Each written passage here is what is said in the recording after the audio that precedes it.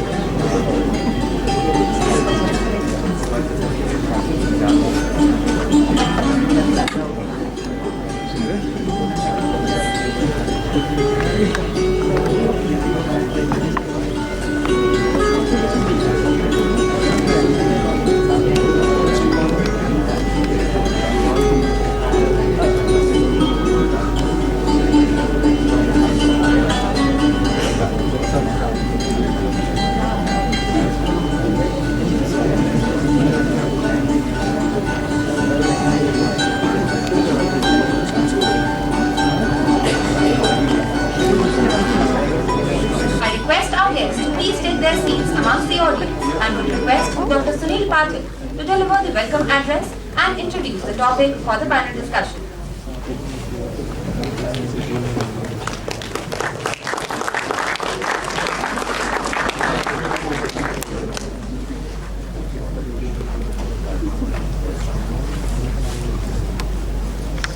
Good morning. Good morning, sir. First of all, good morning to all the corporate delegates and welcome to Symbiosis International University campus and SITM campus. I must thank you sincerely for finding time in your schedule, especially on Saturdays. I know many companies have Saturdays off, Saturdays and Sundays, but there is no Saturday and Sunday off for SITM.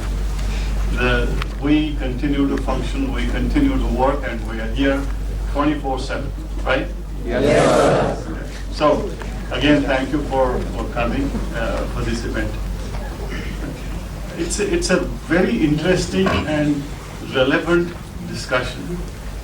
You know, sometime back, few months ago, someone actually called me and wanted to know my opinion about carbon footprint in telecom. For a second, I was taken back. I said, wait, carbon footprint? Because I was always thinking that it's automotive industry, it's steel mills and cement mills, the ones who keep pumping out carbon emissions in the air. So they must be the one who should be contacted. Why me? Why? And what about telecom? So I couldn't connect one and one together at that point. And then I started reading. I said that let me find out what all areas are of concern when it comes to carbon footprint. Now, why this issue? There are two areas here. One is why this is important. And if we don't pay enough attention to this, what are the repercussions? First, let's understand what are the repercussions. We all realize this is the only planet we have, because we cannot go to Mars and create some thermonuclear explosions, as it's being said in the media now. Scientists are recommending to bomb Mars. And by bombing Mars, they are saying that we'll create Earth-like, possibly atmosphere, where we can migrate and start living. That is ridiculous. I mean, this is, we are, you know, this is one galaxy that we know of, we are living. There are thousands of those. At least the one that we have, where we have habitat, we should take care of this planet. Because this is the only planet that we know of where we can live and survive. If we continue to destroy this, then there'll be no end to this. There are already predictions that the ocean levels are rising. There are already predictions that Mumbai may be under the water. There are already predictions that California will separate from mainland. MIT has done research and they have published a report that this will happen one day, that California will separate from the mainland. So if we continue on this destructive path, and I'll come to telecom, If we continue on this destructive path, it is only us to suffer. So we need to be very aware, conscious about what we design, how it is used. Make sure we don't abuse or misuse. Now coming to telecom, what are the areas? If you look at telecom networks today, look at a city. Looking at the towers, they are deployed across the city. You can very well imagine this like a neural network, where you have so many neurons constantly connected with each other, creating a wonderful network which we constantly use. So here you put all these towers in a geographical map, and you'll find a very dense deployment and population of these towers, whether these are commercial buildings, whether these are residential buildings, or whether they are in towns. So there is a massive deployment of towers. When it comes to towers, obviously, right next to the tower there is a lot of electronics, which we used to call as hut. In Bell Labs where I was, we used to call hut. In that hut, most of the electronics, especially BTS, is installed right next to those towers, where the antennas are connected to it. To make sure that those are functional 24/7, you have a power system and the backup system. The power system or the backup system continues to consume a lot of diesel. So it's not so much the electronics, but it's the diesel which is actually consumed to make sure that they continue to function 24/7. So that is one area one can look into when it comes to greener innovations. Second area is electromagnetic radiations. If you look at the research which people have done and published, for years when they talk about wireless communication, there are many reports that are raising concerns about the level of electromagnetic radiations. And there are different schools of thought, that they are harmful to health and then they are not harmful to health. And there are different groups of scientists who take different sides on this. But that is another area for innovation. Third most important area for innovation is, if you look at telecom networks today, see our philosophy has been driven for all these years is hardware systems. We have been constantly thinking of hardware systems. And the hardware systems, then we deploy some software. Why don't we think completely out of box? And we think of software systems, intelligent systems, smart systems. Hardware systems are the ones who consume power.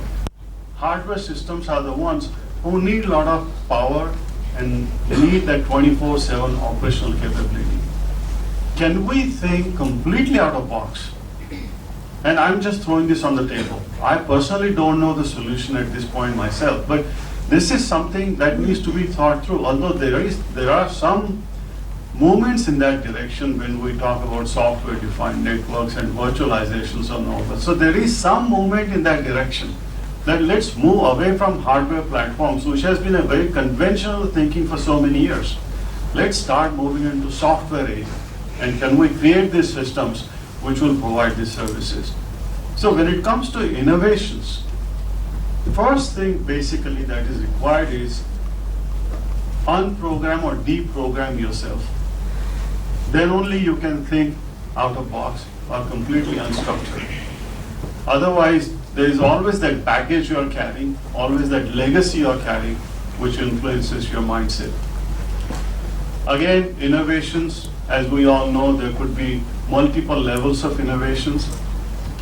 Innovations have to be applicable. Innovations have to be practical. Innovations have to be something that can be implemented. Innovations can also be very fundamental. Fundamental innovations which you may not be able to implement immediately. But over a period of time, there is a possibility of implementing suboptimum solutions from the fundamental innovations. So there are various ways to look at this. What is important is, I think we all, and it's just not us at SITM, I think the entire humanity, including telecom and other sectors, have come to the point that we have to think of smart, intelligent systems, more efficient systems that can be designed, which will consume lesser resources and produce more. In that process, those will be greener technologies. I think I won't take much time. We have experts here from industry, and I'm also very glad to see a couple of our alumni here. This is great achievement for SITM.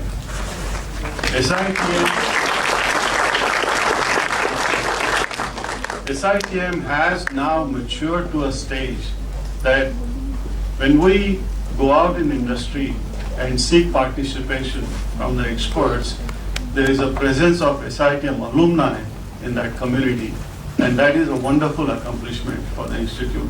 So I'm also very glad to see that reunion and homecoming for a couple of alumni. Looking forward to hear everyone's comments, opinions. It's a very interesting, very relevant topic, and I also should thank the CATS committee for organizing such a topic and discussion on this. Again, welcome all the delegates. Looking forward to some exciting discussion. Thank you.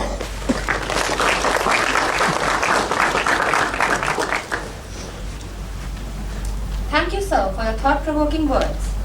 To guide and channelize the discussion, I would like to invite on stage moderator of the panel discussion, Mr. Ashutosh Gaiya, Head Infrastructure Planning and Designing, Revolved Networks. Sir has 20 years of experience in telecom and power sectors and has been responsible for planning and designing and implementation of greenfield telecom networks since 1995. Sir has worked at organizations such as Nokia Networks, Indus Towers, Reliance Engineering Associates Limited, Reliance Power, and was involved in planning of 1000 megawatts IPP, implementation of 310 megawatts captive combined cycle cogeneration power plant at Jamnagar Refinery. Sir graduated from BITS Pilani in 1992 and completed MBA from Hult International Business School at Cambridge, US in 2005. At Revolved Networks, Sir has pioneered solar sites, concept of non-DG sites, and other green initiatives. Sir, we welcome you to Greenovation.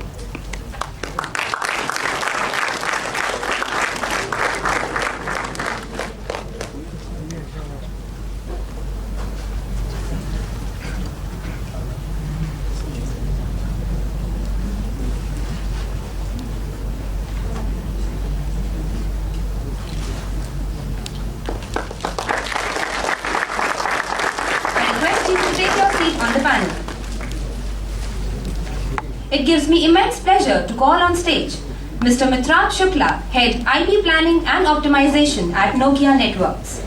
Sir brings 17 years of global experience in designing, managing and optimizing large-scale service provider networks focusing on IP technologies like MPLS, IPv6, CEN and mobility across markets which include US, Europe, APAC and India. Sir has worked as Director, Advanced Services at Cisco Systems and was responsible for AS Business, Service Delivery for Cisco US, Service Provider segment focusing on advanced IP platforms and technologies like CRS-1, ASR9K and iOS XR. Presently, Sir is responsible for deriving managed services across major Indian service providers focusing on IPv6, mobile backhaul, SEN and EPC networks. He leads team of solution architects and is subject matter expert at Nokia India. Sir, we welcome you to Greenovation.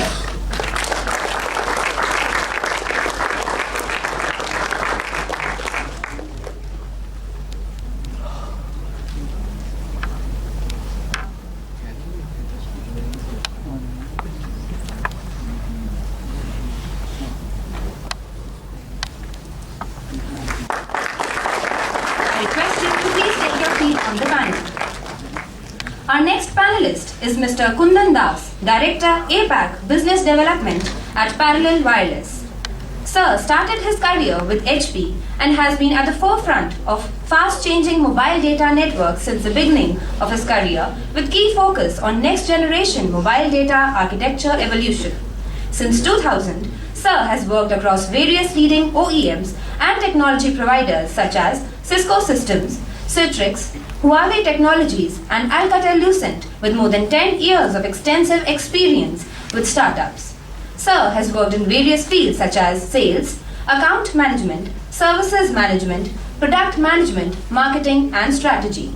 Sir's expertise lies in inspiring and engaging the skeptical customers from promise to execution, managing multidisciplinary projects and navigating complex challenges.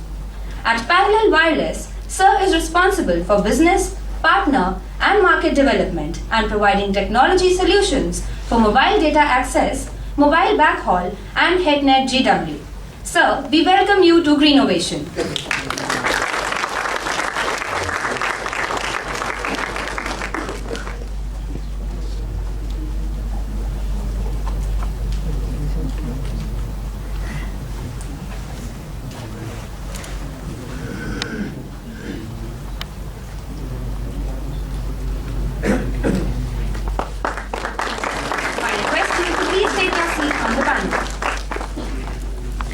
It's our pleasure to invite on stage Mr. Anil Wathare, CTO Maharashtra Goa Circle, Reliance Communications.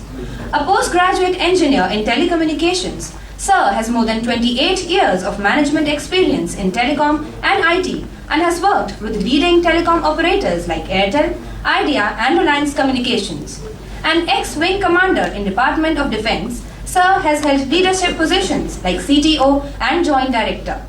Sir's expertise lies in areas of network performance, quality, operations and planning, GSM, 3G, CDMA, EVDO, wireless and enterprise networks, quality audits and processes, managed services, governance, program management, project management, customer experience and quality of service management. Presently, Sir is working on network planning, technology evaluation and implementation for wireless and related wireline, and formulation of CAPEX for network AOP at Reliance Communications. Sir, we welcome you to Greenovation.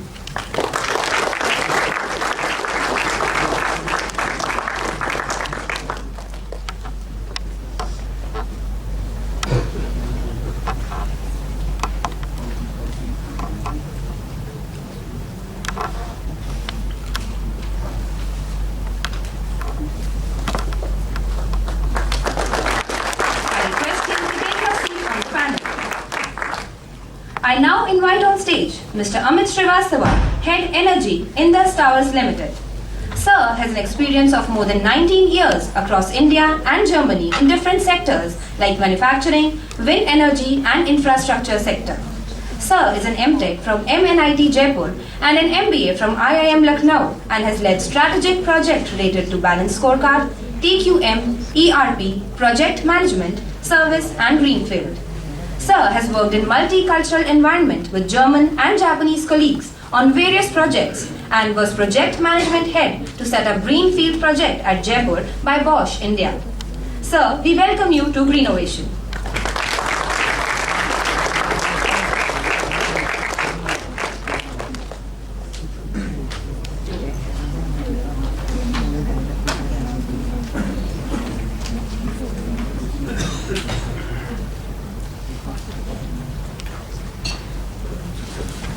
I request you to please take your seats on the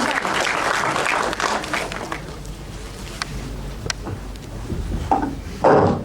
May I now request the moderator, Mr. Ashutosh Gaiya, to please preside over the discussion. So good morning and thanks for inviting us for this session. And the topic which we are going to be discussing is actually a very large topic, and so I'm going to ask one very small question. What is green?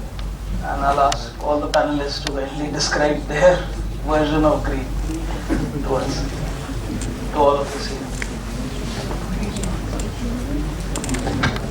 Hello. If you see the context set by Director Sir is the green is ultimately all the network or whatever we are using right now, whatever we are using is the power, and power is produced by thermal. There are a lot of ways to produce the power, And when we talk about the green is, we are utilizing the natural power which is given by the God to us, like solar, wind, which is having an enormous availability in the system. And if we can utilize that power rather than using the coal, using the biggest power source is the thermal. And there is going to be the scarcity of the coal in the long run.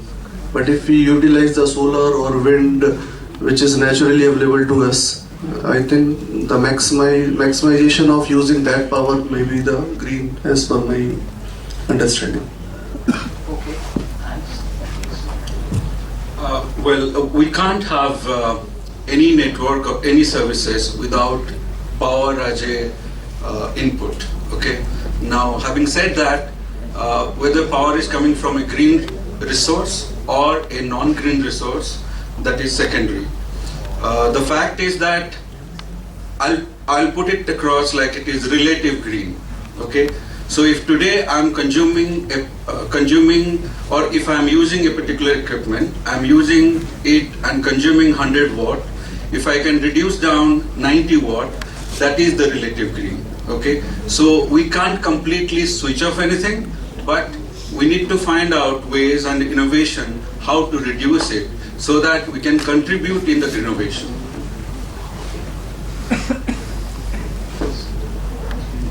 It's a very good question which you raised, green. Rather going deep inside and talking about our industry, for me green is the color which is about environment sustenance. It is about humankind.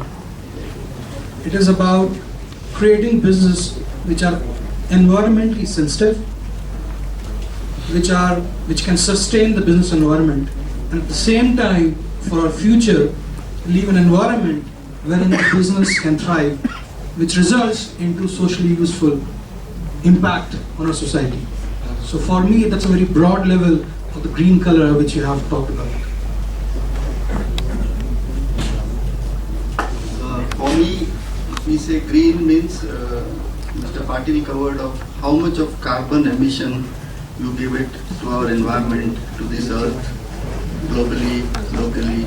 So reduce the amount of CO2 which you are adding and you are killing the planet. So why to talk of disturbing Mars? Why to talk of disturbing the earth? So your next generation have been given such a good planet like ours, which is Earth, and we are trying to kill it.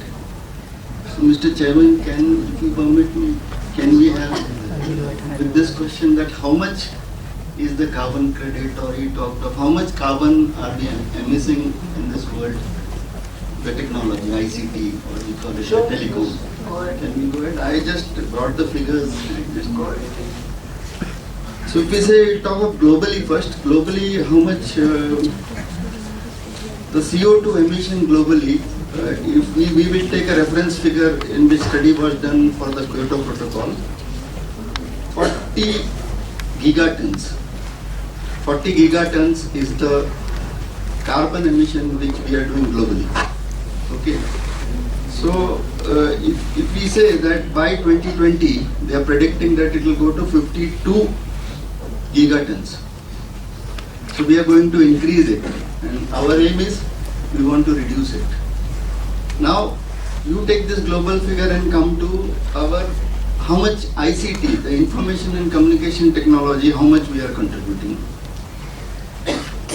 This is only 1.3% of the global ICT.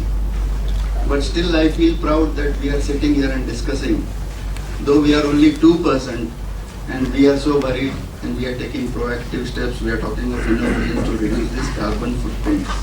Mr. Sunil Patil talked about the steel industry, coal industry, so there are many other areas which everyone is trying to reduce the global footprint. But if you see that it is only hardly 2% of the global. And this is going to rise to 3% by 2020. So we have the figures in our mind that we are talking about what. Now, within the ICT industry, within the information and communication technology industry, what are these components which are contributing to this? We are talking of now, out of the 2%, who contributes to what? So if you see, the PCs and monitors all over the world, they contribute to 40%. Now we talk of telecom, wireline and wireless, they contribute to 25%. 40 and 25. The remaining are like LAN, office automation and printers. They contribute to hardly maybe 10 to 15%. So these are the major contributors of carbon to the society or to the atmosphere, and this is what here we are going to discuss. So with these figures in mind, let's talk of what we are going to do within the next 2 hours. Okay, so thanks for that. Just to summarize, I think we are really saying we are talking about power, and power in the telecom sector. And in India, the situation is this, that the reach of the telecom network has far exceeded the availability of electric power, means energy. So we are there in locations where there is no power available at all. We are there in almost all locations where the power availability is much less than 24 hours. And that is the reason why, particularly in India, the power provisioning on the telecom sites requires us to use DG sets. And why do we go for DG sets?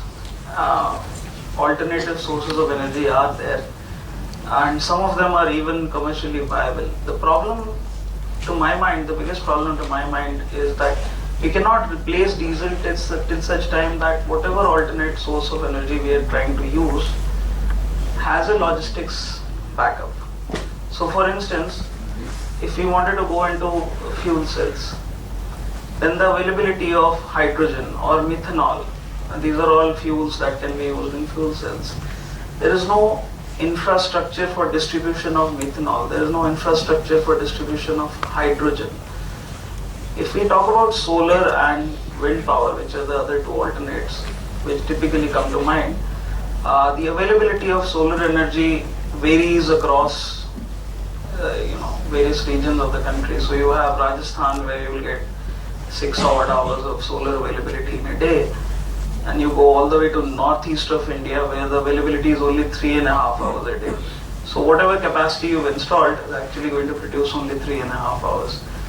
The same thing is true for wind. Wind is even more location specific.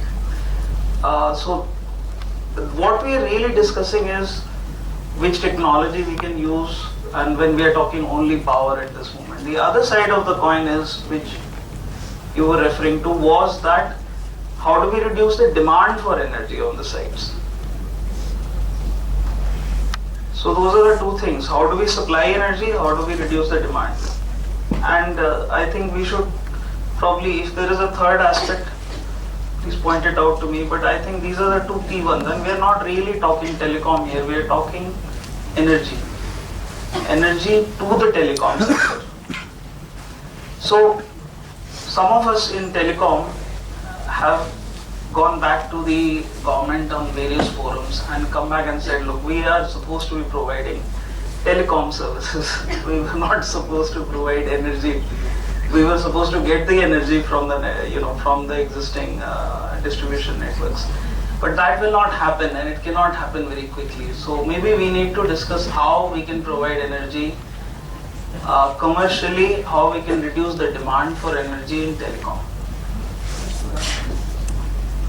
Just to add a third context to what has been talked about, when we start discussing this critical topic, it is not only about the current operations, right?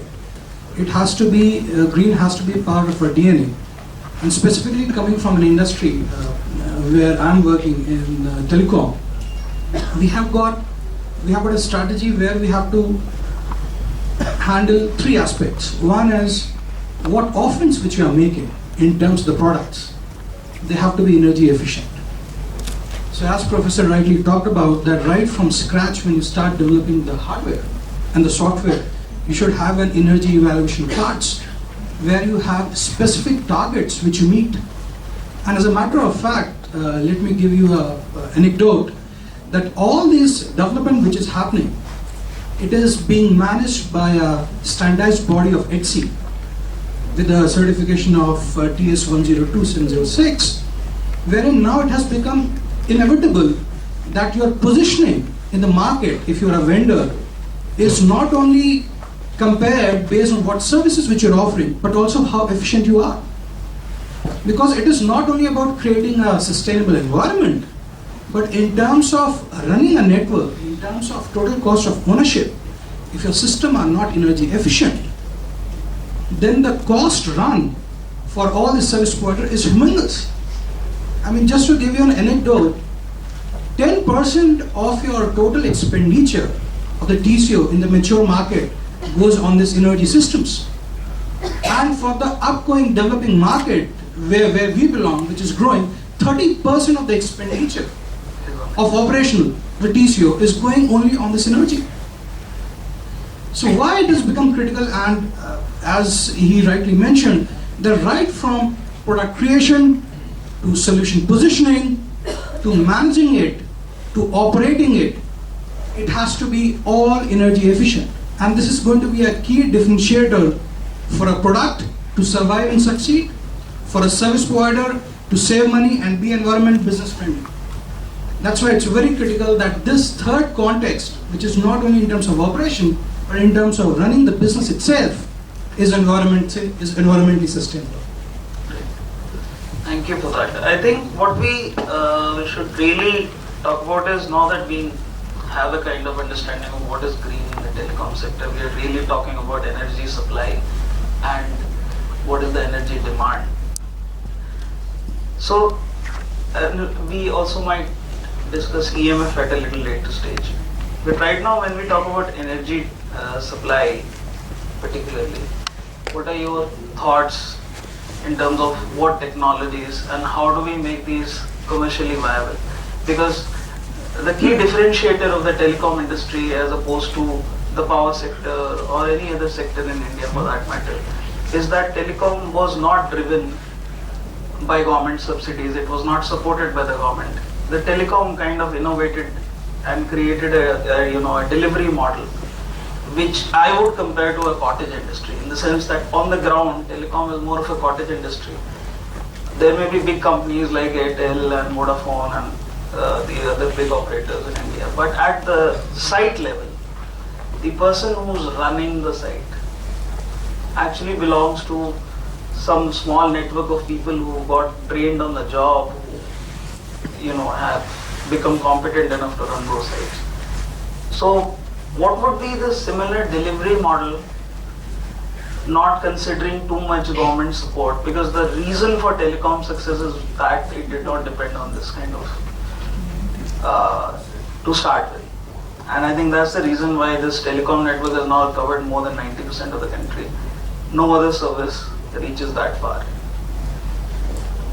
So what is the technology and how do we make it commercially viable on the ground? Why? The question is, the architecturally 3G, 4G, 2G is a network which is highly complicated. You just go to Google, do a 3G, 4G, 2G, image search, you'll find it is highly complicated. If you look at base station, there is a 2G base station you need, 3G base station you need, 4G base station you need, small cell, pico cell, micro cell, femtocell, all these are base stations. For core, you need additional another 10 odd cores, RNC, BSC, femto gateway, cell core, so all these you need, okay? So if you consolidate all, you are supposed to have a high consume model. Now why can't you have, now any base station that you look at, okay, it needs 2G, it needs 3G, and it needs 4G, and it also needs Wi-Fi, right? So why can't you consolidate all the four together? And any base station you talk about, it needs microwave as well. Why can't you consolidate all radio component, okay, to one box, all antenna component to one antenna, okay, and the entire core is going to be on cloud? Because if you look at router or switches, they no more exist. Router is a software, switch is a software. To give you another parallel example, do you know Facebook has a largest data center? Do you know which router they use? Facebook router. They use 6-pack Facebook router. They don't use Cisco, they don't use Juniper, they use their own router. They don't use any server, they use Quanta servers. And that is how they consolidate and optimize the cost. Unfortunately, or fortunately, operators are not adopting that model. And they're cribbing all the time that OTT is taking out money. But the kind of innovation that OTT is doing, not only on the consumer market, but more on the infrastructure domain, it is much more than an operator has done. And why operator is not able to do? Because it has a legacy. Google is selling Wi-Fi. Why? To make money through Wi-Fi? No, because more and more Wi-Fi is going to be there in the market. Google is going to get its services popular in the market. Google came up with a service called Fi Network. You know, in US they started the mobile services. From day zero, the cost of service per GB is more than 70% lesser than in comparison to a operator like Verizon and AT&T who has more than 3 decades of experience. So what you're saying is that the network technology selection. It's not selection, it can be consolidated. What is happening is that now we are going to a turning point, okay? If you look at traditionally router switches were their business of certain vendors, but now it is SDN. And when it is SDN, it is those vendors are going to be, face challenges from the non-traditional players. Just to emphasize on what Kundan talked about, it's a very critical point, and that's why when we talk about, and probably this should be the tagline of the conference which we're having, that it is our journey to a zero CO2 emission. And now, as you talked about, OTT players are inventing in terms of coming with a new model where they can consume less power and offer more. Similarly, the traditional service providers, they are looking towards vendors, because let's be very fair, that a service provider is there in terms of running business, but what constitutes, what builds its network, it is those players who have to take care of this. And just to give you an example, currently in India, where you have a 2G, 3G, and now with the overlay of a 4G coming in, you have multiple antennas coming in, so your power consumption is going up. I mean, let me tell you, total air conditioning is 25% of the total power consumption, and your CO2 emission is going up and up.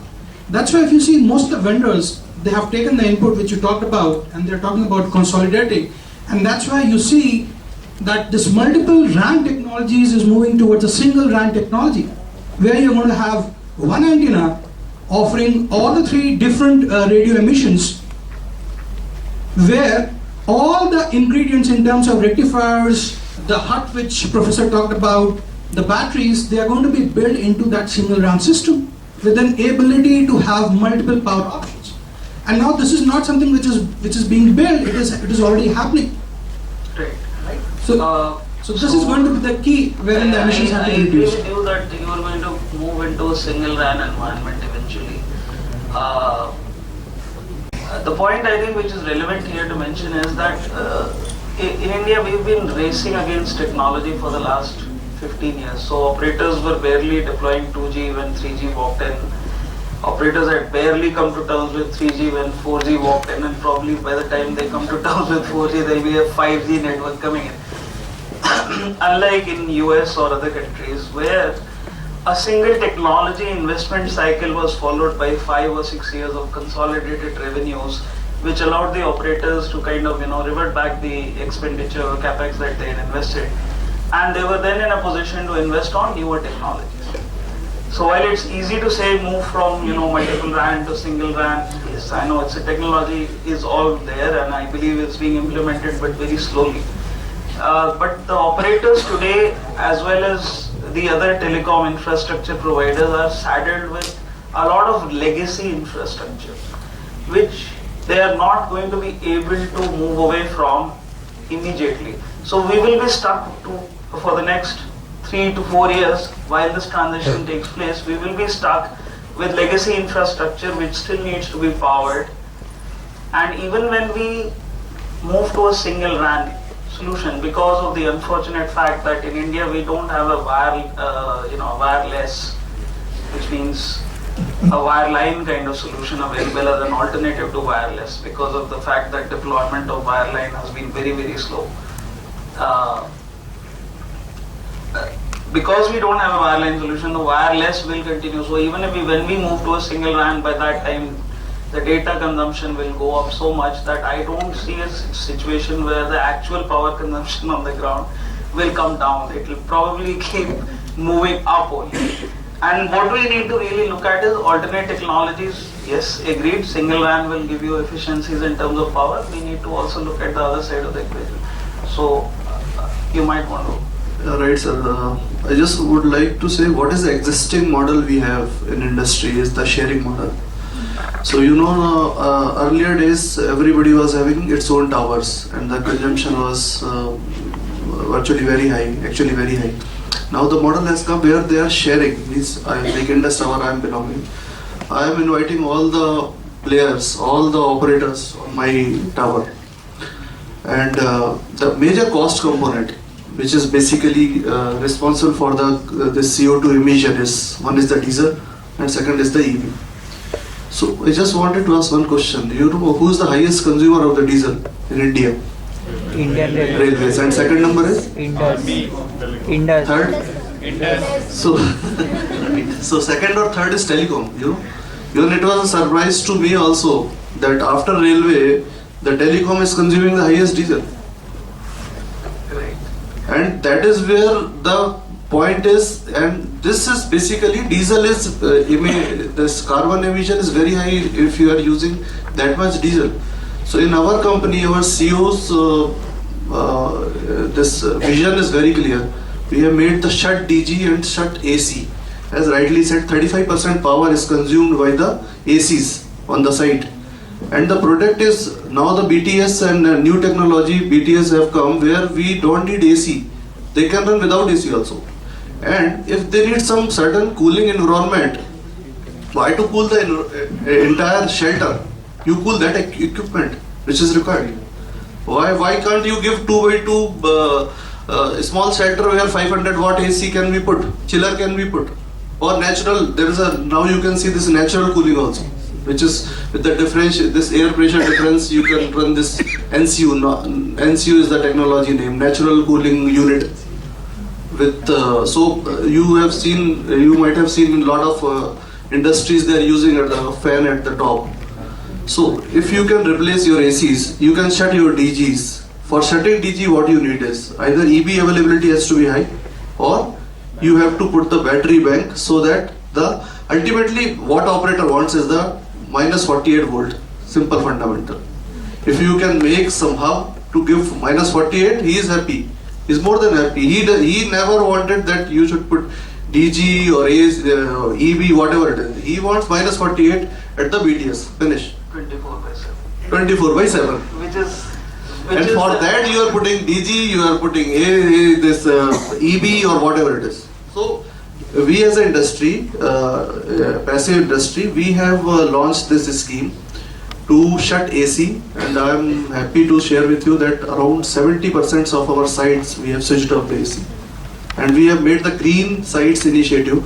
Around 30%, 40% sites of Indus Towers out of 1,25,000 sites, we have made the green sites where we are filling less than 50 liter diesel. So these are the two things I wanted to share. And I am seeing a lot of innovation is coming in active technology. Now BTSs which were 2 kilowatt, 2.5 kilowatt, they have come out to 700 watt, MR, BTS and all, new technology. The combination, I was seeing on one of the sites, now they have a 2G, 3G, 4G in one equipment itself. One rack. One rack itself. So there are a lot of innovation is happening at the active side, but the concern is the passive side. The power side, we are not much Although we have done around 250 sites of solar in Maharashtra, one site we have tried on biogas also. So we are very much willing to do all this experiment which are required to get away from the diesel first of all. So that is where we have a vision to set DG and set AC. So just to add to what you were saying, this decision making is like, we start with the things which are simple to do. And the simplest thing to do for the passive industry was to shut down their DG sets, which all of us have done. Indus has done it, Viom has done it, Bharti Infratel is doing it. I think most of the other infra providers are going to do that. But the reason why we are able to do that is also very clear, that the active equipment which is coming in today does not require air conditioning, can be put into outdoor areas, and therefore we are able to shut down the DG sets. The next step is then to, so this is like a a measure where we see a certain amount of mains availability, we see a certain amount of storage capacity, energy storage capacity, and we combine the two and we shut down your DG sets, which leads to quite a bit of reduction in terms of carbon footprints. But we are still consuming power. We are consuming it from the mains, if we are not consuming it from the DG set. And the mains power also has an environmental cost, because that's not coming free. That's maybe thermal generation, it may be some other, most of it is not hydro. So thermal generation has its own environmental cost. So the next step would be to look at completely new solutions where we won't require not only DG, but we can also do away with, at least partially do away with the mains requirement. Would you? We forgot something on, there is something called a regulatory framework. Somebody giving a tender to the telecom industry that you do some things. And what is that is they want all our towers to be turned into hybrid. By 2020, they say that 100% of your towers you should have hybrid power. That is green energy, solar energy or wind power. And this is to reduce the carbon footprint. Now by 2016 they said that almost 50% you should convert it, which is not possible. So there are three agencies, the COI, Cellular Operators Association, OSPI and TIPA. They came together and they told the government, look, we are nowhere ready. You are asking us reports on a monthly, how much emission you have reduced. So they gave us some formulas, they put some formulas like, we talked of diesel. So 1 liter of diesel, how much it emits? They said it is 2.6 kg, 1 liter of diesel. So, yeah, if you say that power is 1 kilowatt, then 0.89 kg of CO2 you are emitting in the atmosphere. Now they told us, you calculate how many DGs you are running, how many hours you are running, and give us this report. And then talking of subsidies or help from the government, still not there. So as I told you, it is only 4% in India. Globally, I told you it's 2% of ICT, but in India it's 4% of ICT. The contribution which we are doing to the CO2. So now this regulatory framework, all the three bodies came and told that you give us some time and give us some framework and give us some support from the government to implement all the schemes. So it is still exactly what the chairman told exactly is that it is going to take time to implement all the schemes. We have to be realistic and practicable also. So in today's scenario, what we are doing, he talked of pre-cooling unit, that is a green shelter. Presently what I can do is reduce the power consumption of ACs, use the free air which comes from the atmosphere and reduce the temperature inside the shelter. The BTS, the transport equipment, microwave, all are generating heat. Then second is, we are doing some catalyst, fuel, the diesel which we are putting in the DG, we use fuel catalyst. So it gives us around 5% efficiency in terms of carbon and also around 7% efficiency in terms of cost saving.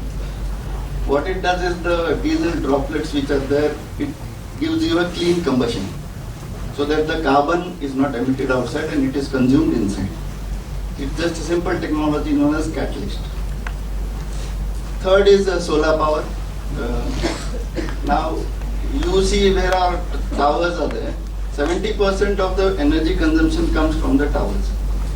Somebody spoke, 10% comes to the back end switches, the Cisco, the routers, the core network. We have our MSCs where the power consumption is 10 to 15%.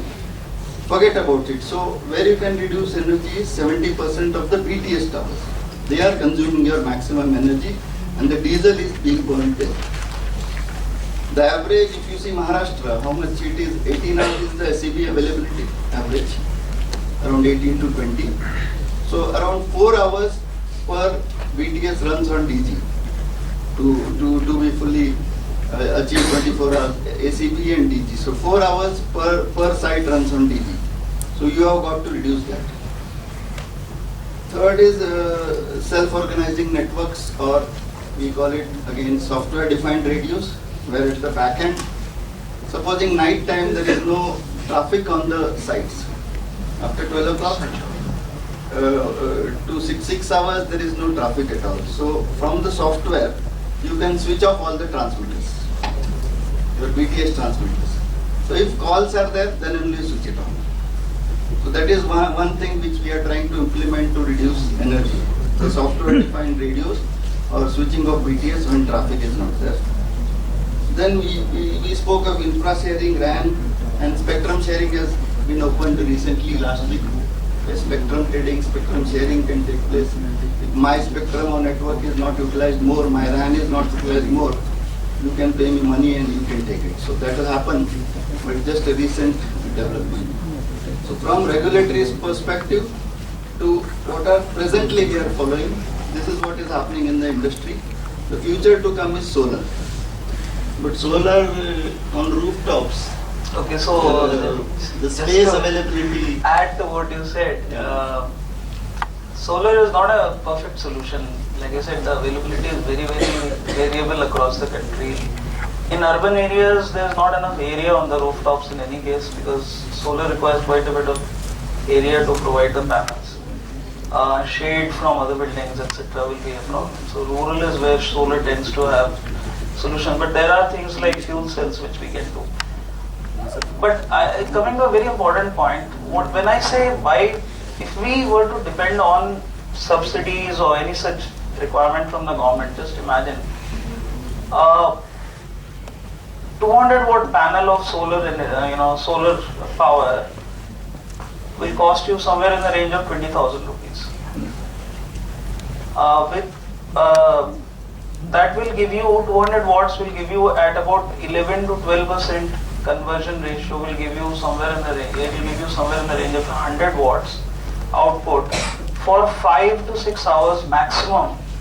In those areas where the peak energy for solar availability is about 6 hours, it will give you somewhere about 600 watts of energy, and you run it for 6 hours, it will give you 3.6 kilowatts, very roughly 3.6 kilowatt hours.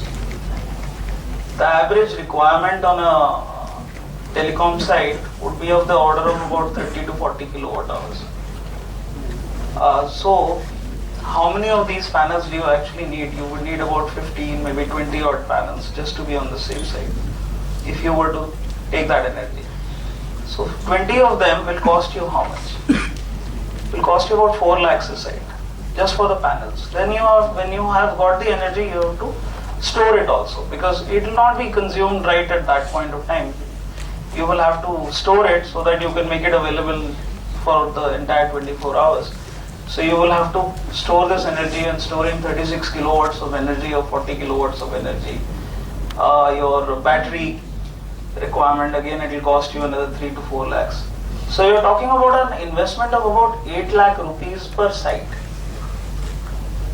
And I'm talking about 4 lakh sites in India, roughly, right?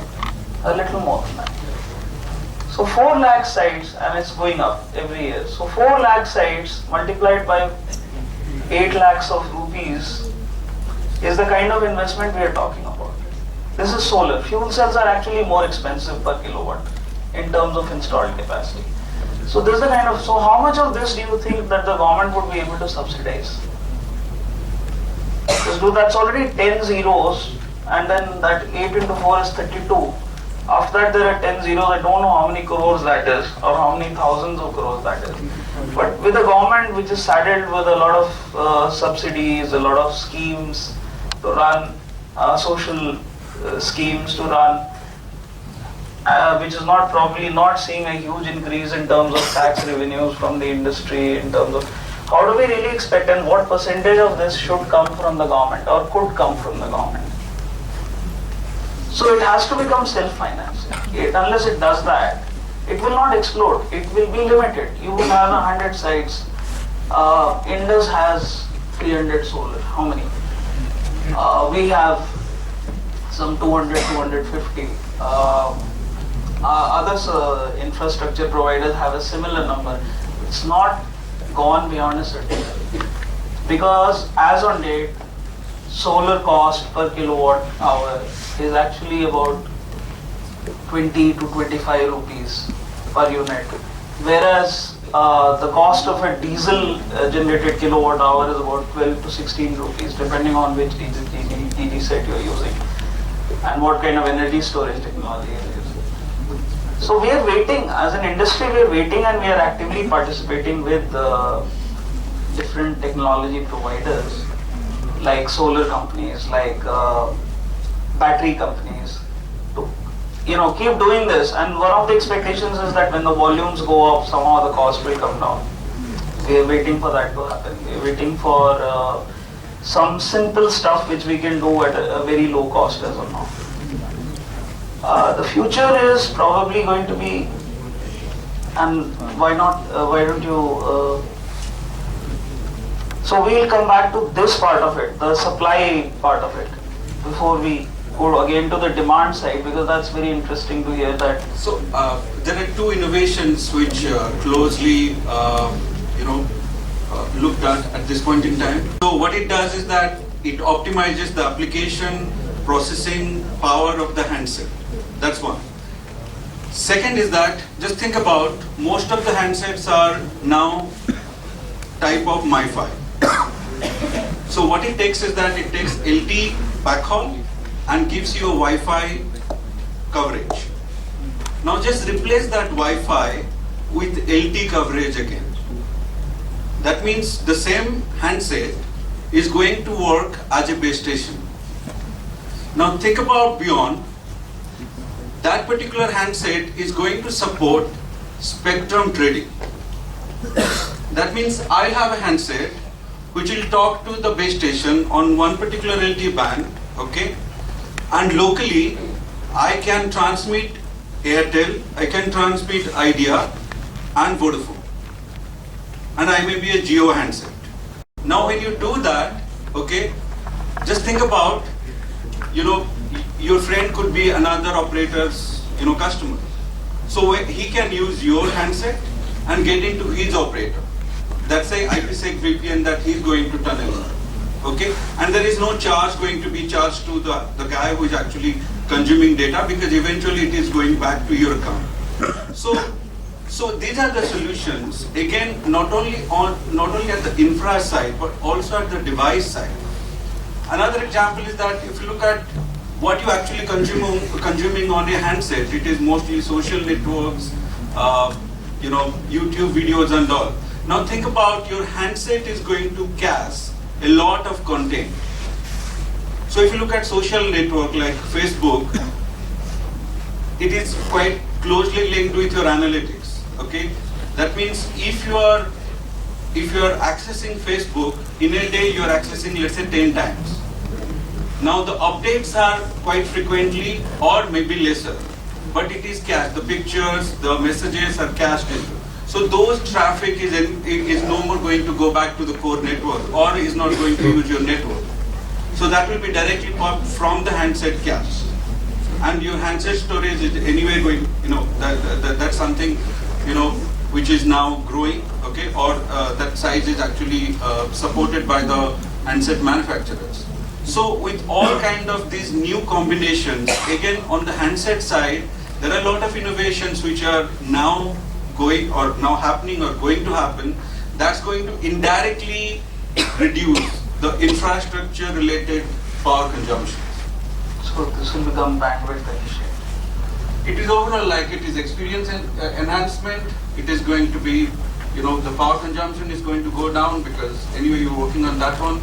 And it is also going to expand a lot of coverage because it is a virtual coverage the operator is giving through another operator and also paying for that one. So that's the back end, agreement what they're having. Just to add one more aspect to it, and you correctly summarize it from a service provider point of view, it is bandwidth optimization, bandwidth saving.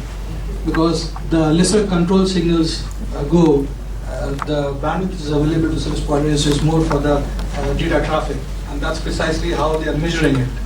So, just to clarify, one of the connection between bandwidth which is available on the network and power or energy, which looks like two different things, is the same because we are consuming this energy, whatever energy we are consuming at the base station, to convert into RF, which is the key power consuming element there.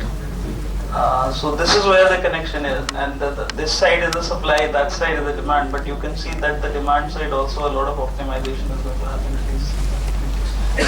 This is a very important point which you talked about, and let's take a look from the service provider point of view. We have taken a look from the end user point of view, and frankly speaking, for the end user, it is the speed by which he can access an application which is more important rather than the complexity of how many technologies you are merging. For service provider, it becomes very imperative that all these efficiencies which we are talking about, which we are building, can be monitored and can be quantified. Just to give an example, now energy has become such a critical aspect that it is now an ingredient and critical part of your energy management system. You are auditing your network, you are monitoring your critical KPIs. Now energy is a KPI. It's a network performance KPI. And just to let you know how to quantify it, all across all the BTSs which you talked about, base stations, or any end node, as a matter of fact, you are going to have a green collector which specifically focuses in terms of capturing the energy consumption, which then through the GPRS gets integrated into your centralized NMS systems. Because the cost of the power which you talked about in terms of TCO is extremely high.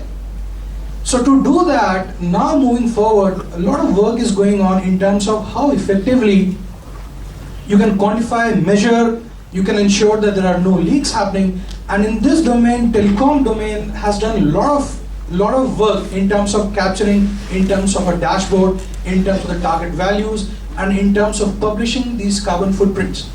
And now service providers are going to be uniquely identified in terms of performance, not only in terms of network KPIs, but also in terms of energy KPIs. Correct.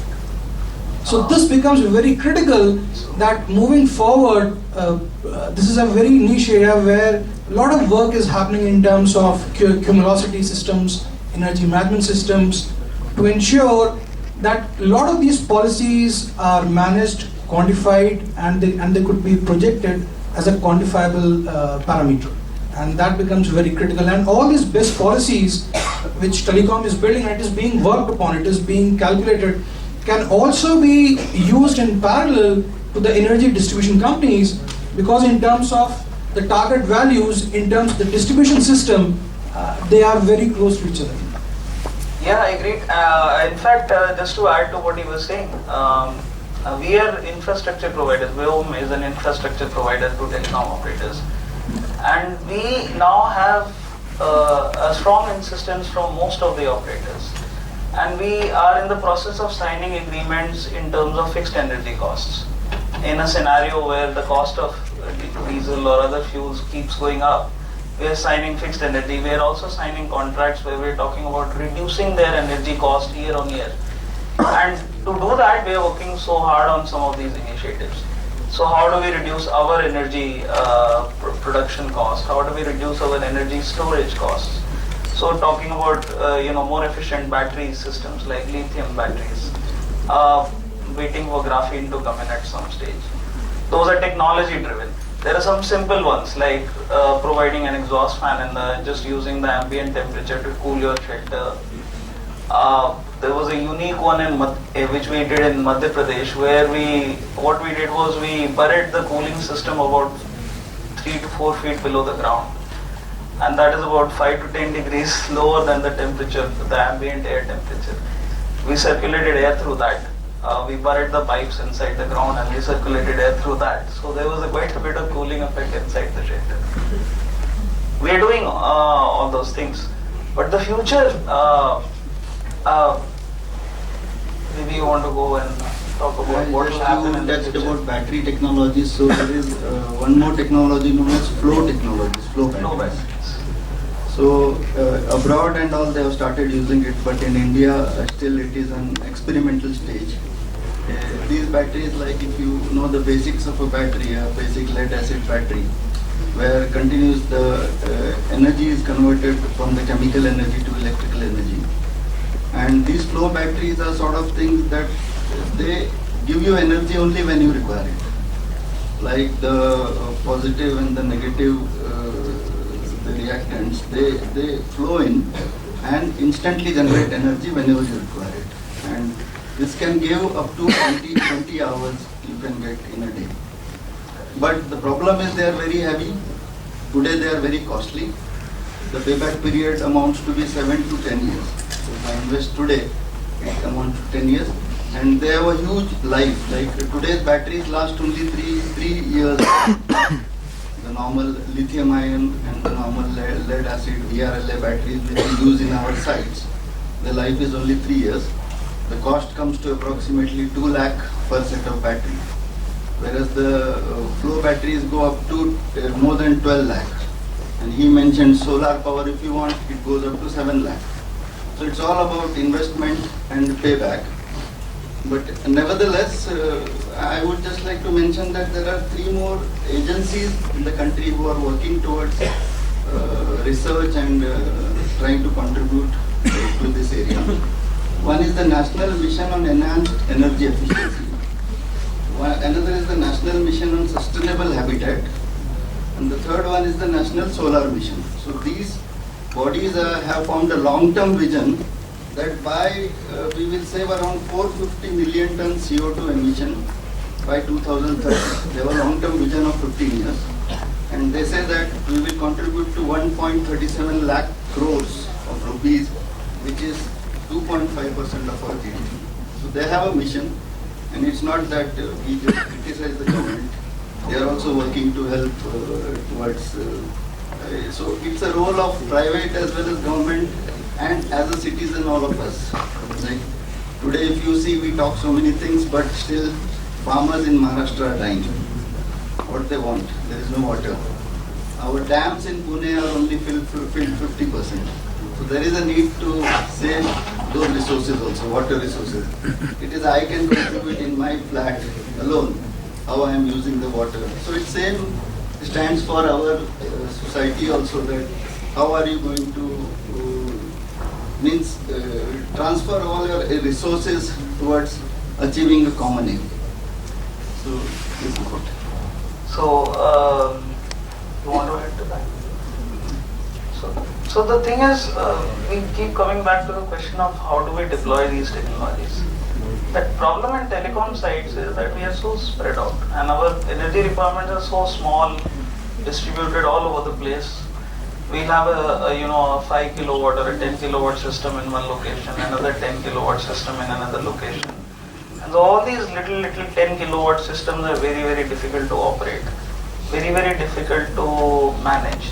Because the moment you move away from your traditional battery DG mains system, the other big constraint which comes up is that we don't have trained people on the ground to operate solar systems, to work with lithium. So those are different models of how we'll end up deploying renewable sources of energy, whether they are based on biogas or rice husk, or it's based on solar or even wind for that matter. The reason for that is that solar or wind or any other kind of power plant becomes more viable the larger the size. So from 5 kilowatts to 20 kilowatts, there's a huge efficiency improvement. From 20 to 500 kilowatts, there's a still larger energy efficiency. which comes in on its own. So that is where we need to aggregate demand in a single area, create either these islands of energy or create one big power plant somewhere and supply directly to the grid. That's what the future looks like to me. What do you think? I can more talk from my segment. So fundamentally, what if you look at, there is a lot of consolidation which is happening on the electronics domain. Okay, on the bottom of the value chain, it is the chipsets. Okay, so that's looking forward, like that's going to consolidate and consume much lesser power. But the critical aspect is the architecture. Okay, if you talk today, operator A, B, C, D. Okay, are they different in terms of architecture? No. Let's say there is an operator who generates or who end of the day or end of the month, provides X GB of data to its consumer. Another operator, it gives Y GB of data to the consumer. Y is lesser than X. But if Y generates more money than X, okay, and Y is more, green friendly or power friendly and all, then who is a smarter operator? Is it the one who is making money, okay, or maybe volume wise X is higher, but smartness wise Y is higher? And that smartness is going to come only when you will be smarter in your equipments, in your architecture, in your adoption of new technologies. Now you spoke about that we have a lot of legacy. Yes, we do have a lot of legacy, but that legacy is voice. We are moving to a domain of data.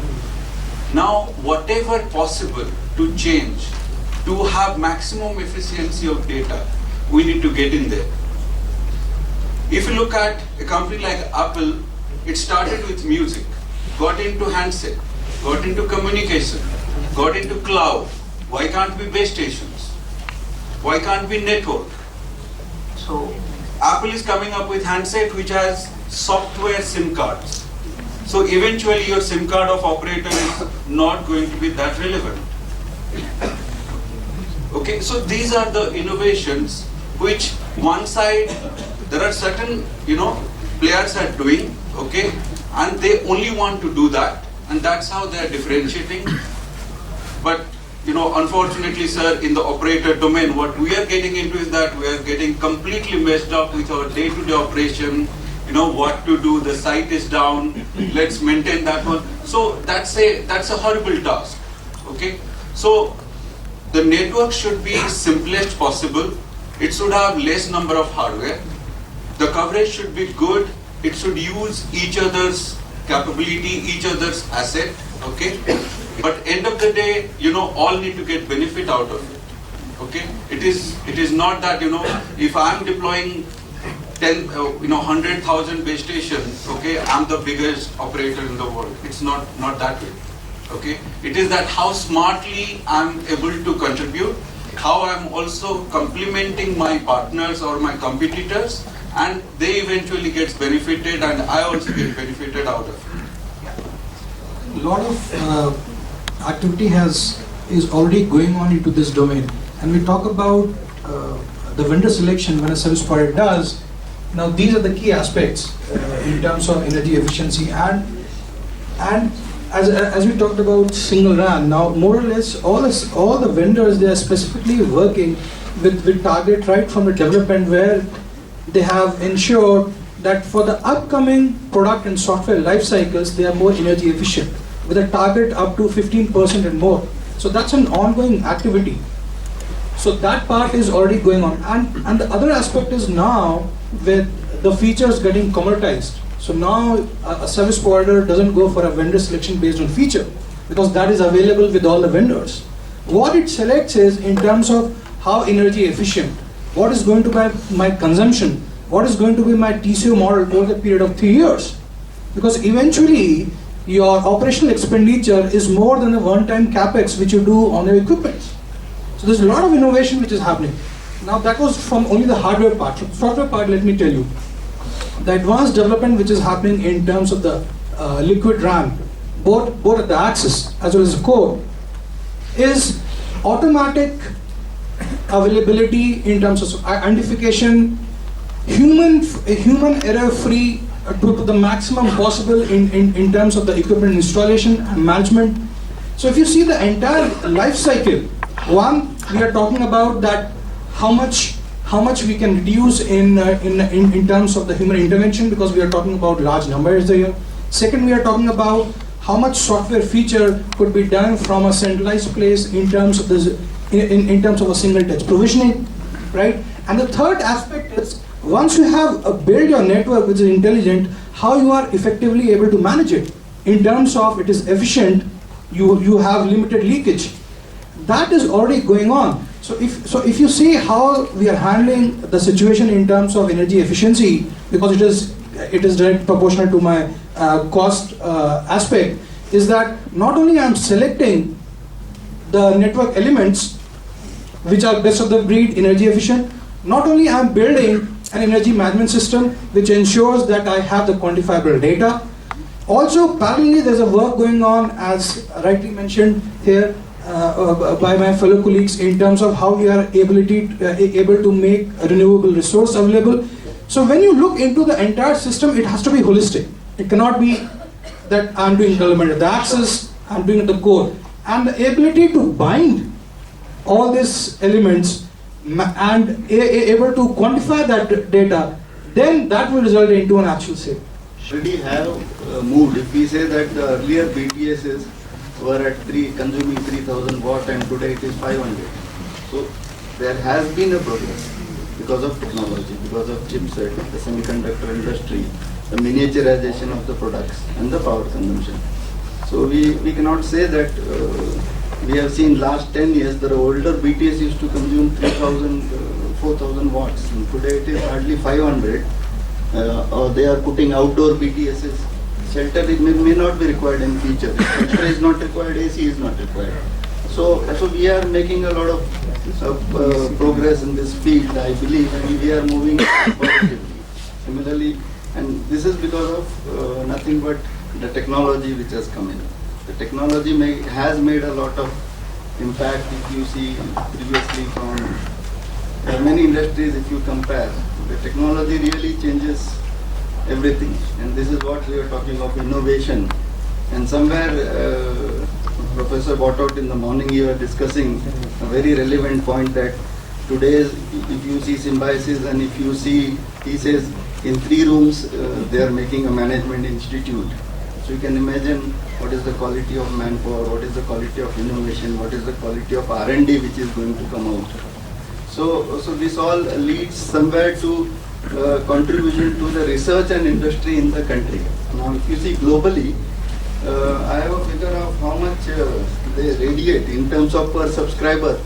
So they say that per subscriber they radiate some very 2.3 kg for India, and they are 0.8. Why?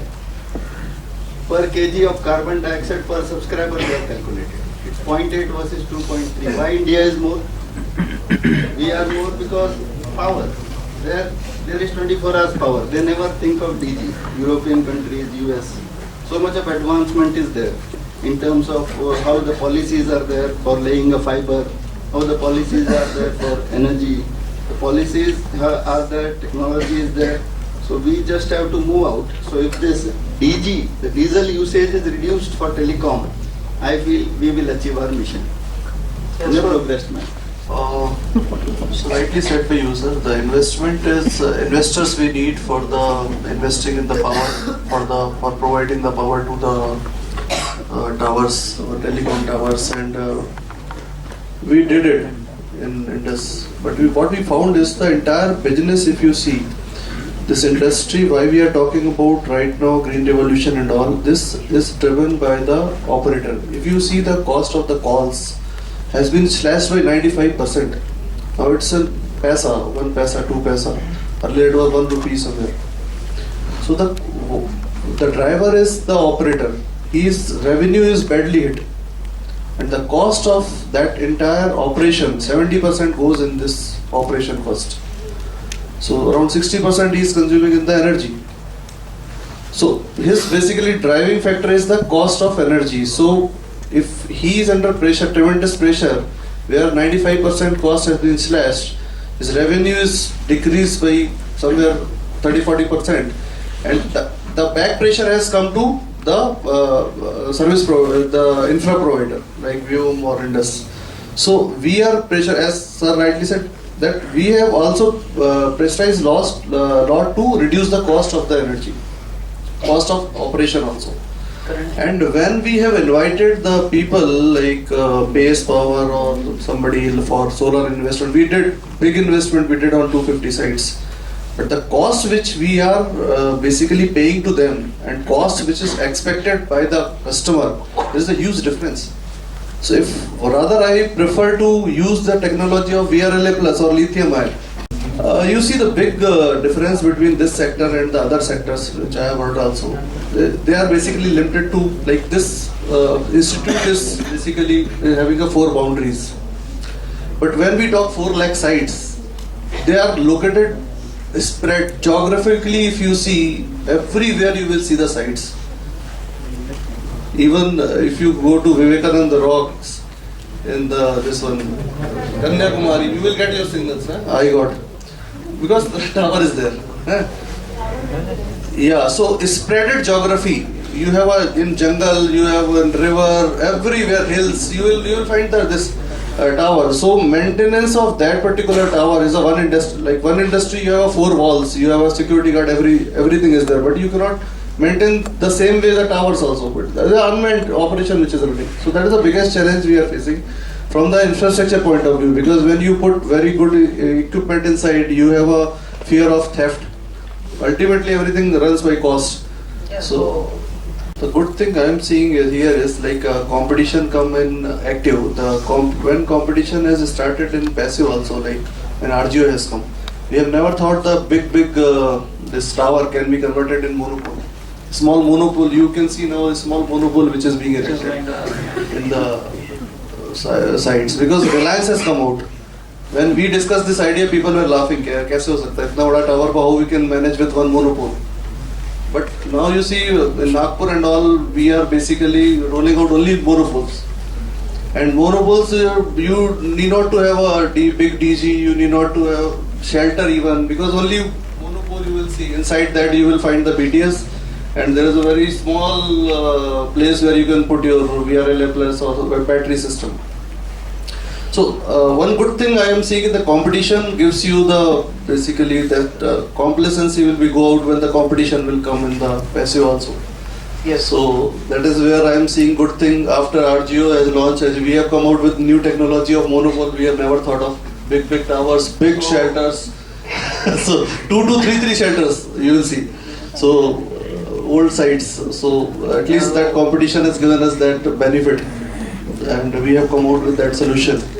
Without DG, we cannot imagine the sites earlier days. Now, more than 100 sites in a month we have rolled out without DG. This particular month. 90% of all new sites are being rolled out without DG. And as sir rightly said, now the sites are coming out without shelter. No shelter is required because of thanks to the technology. In fact, this is very close to our heart that I want to do away with diesel. Because we spoke of challenges. We even have diesel thefts. The person, how he goes to the petrol pump with the card, how he draws it, how he goes to the site in remote area, how he fills it. So there are a lot of pilfering. Literally the diesel tanks are, locks are broken and stolen. The battery banks are stolen from our shelters. They break open the shelter and take them. So challenges, when we talk of challenges, that I will very happy if diesel goes away, and the monopole is one innovation, that is technology.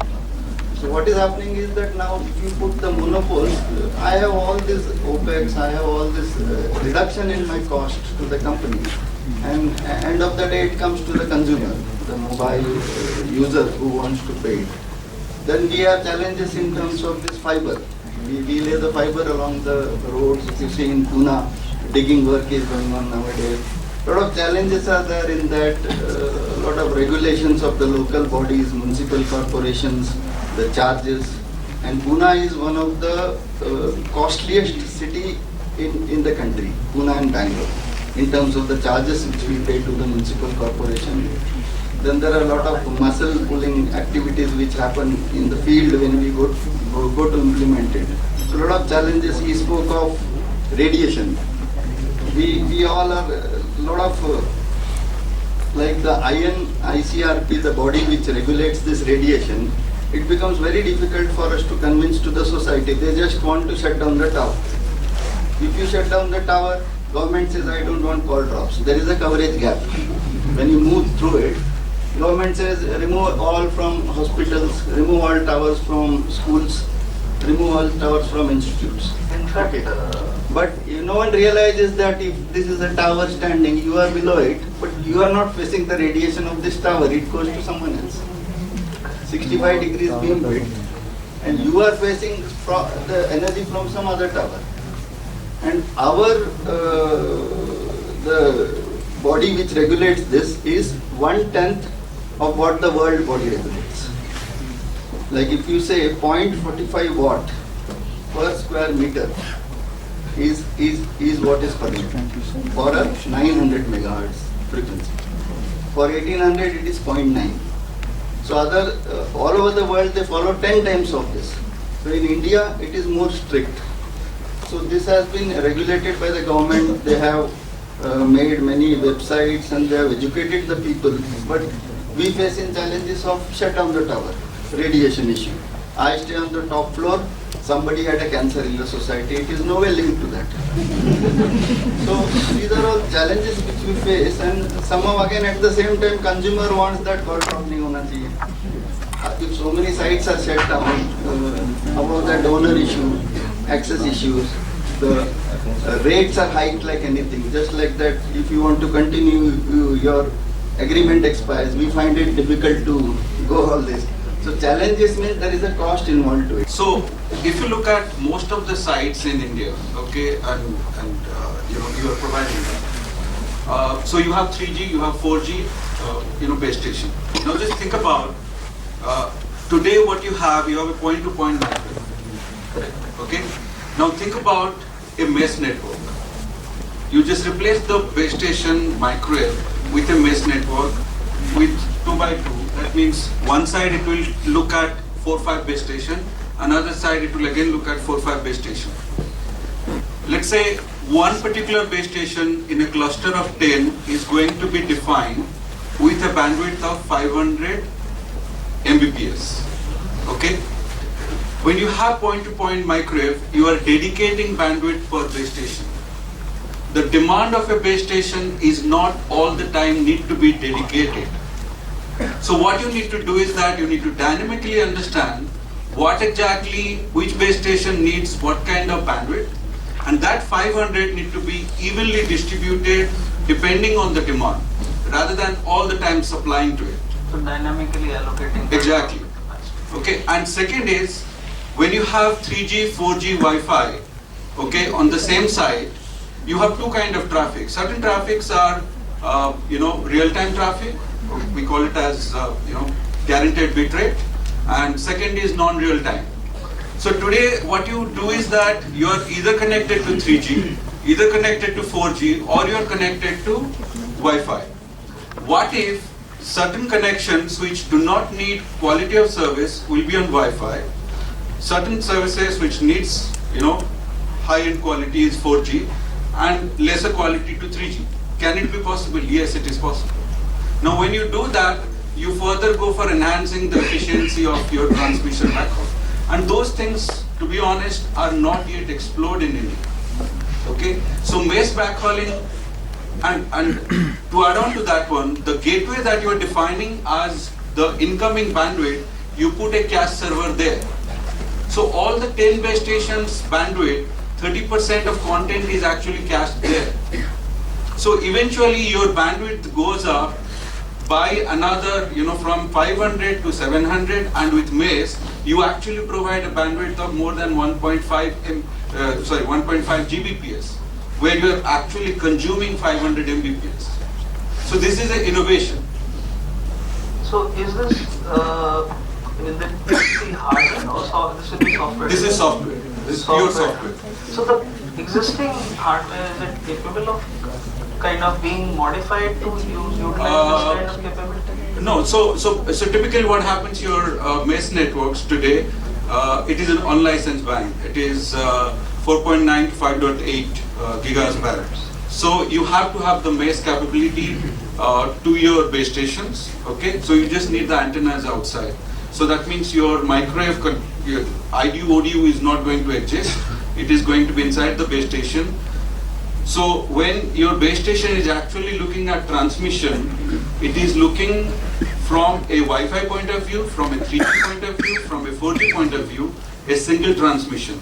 And depending on which particular technology has what kind of demand, your transmission goes regulates it. And so this will be, so this is currently on UBR. It is on UBR. It is primarily but on UBR. Is the same technology available on the license? It is very much available. It is available. Yeah. So is it available? Well, why is it not currently been adopted? Because what I really see is a rush to add more and more, microwaves, more and more antennas on the towers. So why is it that it's not happening, or is it going to happen very soon only? I am not aware of it. No, see, the requirement you pointed out is that every base station, how much you are going to carry on the backhaul. UBR radio or IP radios. Are they going to support that bandwidth hungry BTS? Presently, for a 4 kilometer back distance, okay, you can easily support up to 250 Mbps, and that's quite good amount considering you have in 1800 5 megahertz FDD or 20 megahertz 2.3 VDD. That is good enough. But mostly, if you see the management Wide of, area network. It is wide area, it's 4 kilometer. is it implemented somewhere It is implemented. with UBR? Yes. Where it is implemented? So we have done it with one operator in UK called Everything Everywhere, which is a JV of T-Mobile and Orange. Okay. So what they do is that the extreme rural areas where even 3G was not there, they able to make possible 4G with the mesh backhauling. But are you able to, you are talking of 250 Mbps? For a distance of 4 kilometers, which is good, like because in 4G actually what's eventually going to happen is that you don't look at coverage, you look at more of capacity. So the average and 4G spectrum, which is 2.3, the average spectral average distance of inter-base station is around less than 1 kilometer. So as the distance reduces, your bandwidth goes up. So what you're saying is the access network itself becomes its own backhaul, something similar to that. No, so the unlicensed band, you're using it as backhaul. In addition to the access network. Yes, and there are certain times that you can go for further using. Let's say there is a 3G base station. Okay, it doesn't have a backhaul, but there is a 4G operator who has a coverage. Can I put a SIM card to the base station and take it on 4G and terminate to my core network? Possible. So if you had, sorry. This is a very innovative. Correct. So this looks like a good option. Like I'll just talk about one particular network that we're working in a developed country. So if you look at a particular network, when you're transmitting a base station power, it is evenly.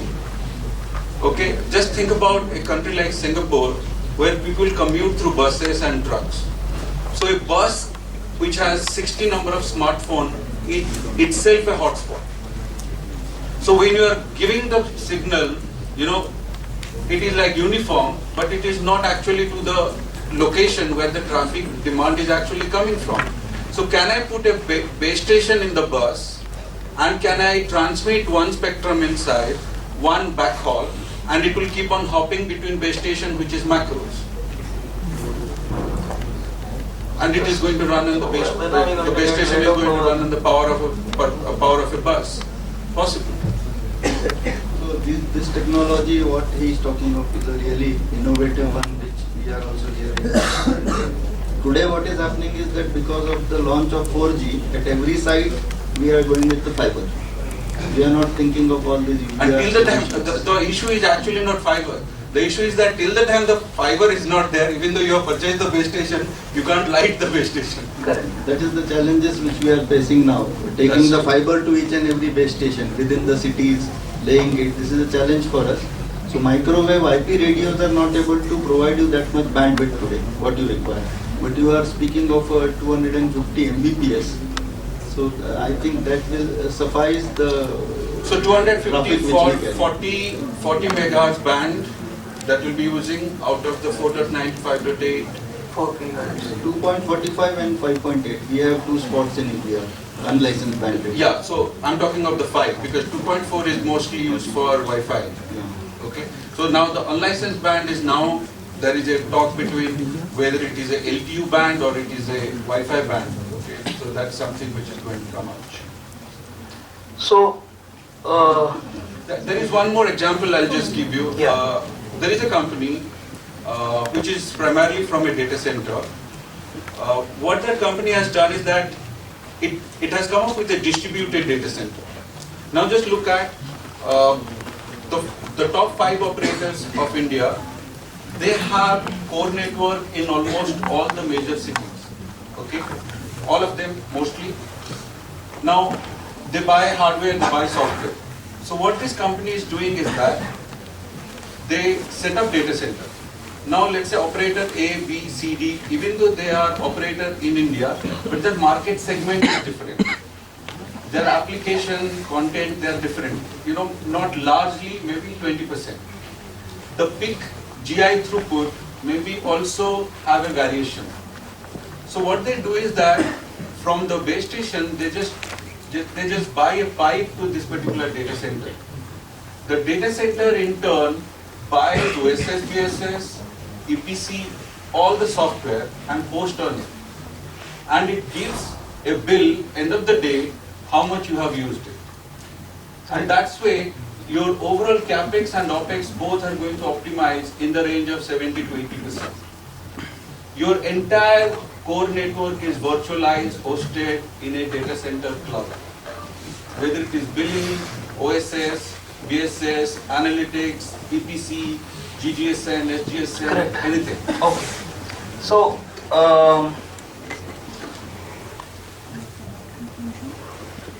obviously I think we are starting down this road now, but still looks a little futuristic to me.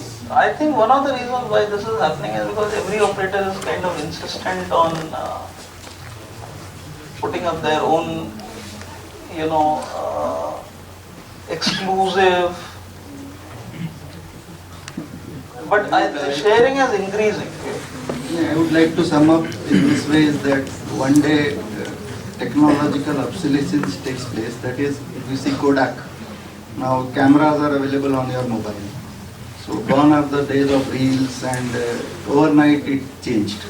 So once we reach that saturation stage of one technology, let it be any company, you have to change it and you have to adapt to the new technology. So all this, what he spoke just now, so if I say I can't take fiber for that huge bandwidth hungry applications, then I have to change over to UBR or solutions like this, or a mix of solutions which are available. So one day I'll have to throw away my old equipment and put a new equipment. So that stage, every company or every government organization, they have to reach that stage one day. I think we just heard about a lot of innovations happening, but we have to also see what is happening in reality. So if you see a mature market also in US, they started with a concept called as Internet Exchange Point, which you talked about, distributed data centers, which actually didn't fly. And now each and every major service provider has its own cable. And in US itself, each and every service provider has got a fiber network right up to the home. They start with the cable industry, and now they are using the same infrastructure for the wireless services also. And in India also, this model is known, but why we are taking fiber to the home is you have to take the bandwidth requirement and the application requirement not for the 6 to 1 year time frame. We are talking about 3 to 4 time frame. Because if you take an example, each and every incumbent had its own fiber network. Reliance Communication had it. Jio had an option of taking a bandwidth from a carrier, but they still went and had the network in place, and that too primarily fiber. Why? Because the bandwidth which they are talking about consumption is going to be a free commodity moving forward. So the basic lowest denominator is the ability to provide bandwidth, which is in form of a free tap at a very nominal cost, because what's going to drive are the applications. And just to give you, no more the access ring of 250 meg, those are the old days. Now the basic denomination which Vodafone or Bharti asked me is in terms of building 1 gig. And that is also an old requirement. They're talking about access moving to a 10 gig. So when I'm building a cell network as we speak, I'm talking about multiple access ring with the capability of moving into 10 gig, 1 gig they're already there. I cannot have multiple 1 gigs because then I will be doing port bundling, and I'm aggregating the core which is already moved into 100 gig and your national long distance network in terms of a terabit. So fiber is still very important. I do understand for certain locations where you start doing the viability in terms of this is my bandwidth requirement for the 3 years time frame, which technology suits. But the choice has to be with the service provider in terms of where he wants to be in a 3 years time frame. What is the consumer requirement moving forward in terms of the bandwidth? And then the technology is the last lowest denominator which fits the bill. Agree. So, it depends also on the time frame, but other than that, I think what we are really talking about is, are we paying for bandwidth? Would a customer be paying for bandwidth eventually, or would they be paying only for services, particular services? Do you want the bandwidth to watch a movie, or do you want to watch a movie? Watch a movie. So the service provider, I think that's what comes out of it, is that the service provider is looking at it in that sense. No, I'll just give you the reality, okay? If I'll ask theoretically what is 3G or HSPA bandwidth, all knows it is 14 Mbps. How many of you get 14 Mbps? What is the average sector bandwidth that an operator, I think sir knows better, you actually get? It is a maximum 5 Mbps. So where the 10 Mbps go?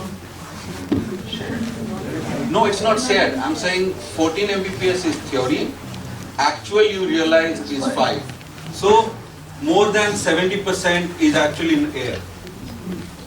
The technology goes like this, that advertise what you see. If you say 3G 21 Mbps, if I say I have a RevB CDMA network, I say e-video or HHD, it is 14.7. What does this mean is you simply compare with a Tata car which they sell you. They say mileage kitna hai. So mileage is, they'll put a small star mark and 21 kilometers in ideal conditions.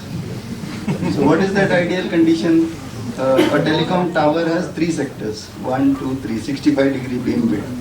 In this sector, you are the only person, so you will get 21. Okay, so the more number, 50 people come in, 100 people come in, it is distributed. So that is how the technology is evolving. Like 3G used to give 21, now we speak of LTE. So radio bandwidth, you are making it a highway. Now it is 100 Mbps LTE.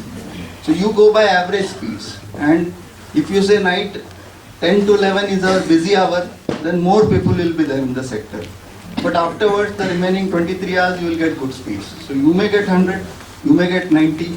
Go for average speeds, which you get 2 to 5 Mbps is an average speed what you must have experienced.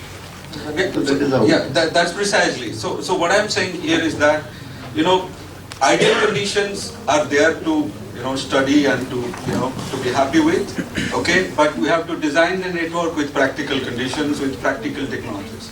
Because at the end of the day, if we keep on waiting when, things are going to be available, it's like you have seen LTE license happened in 2010.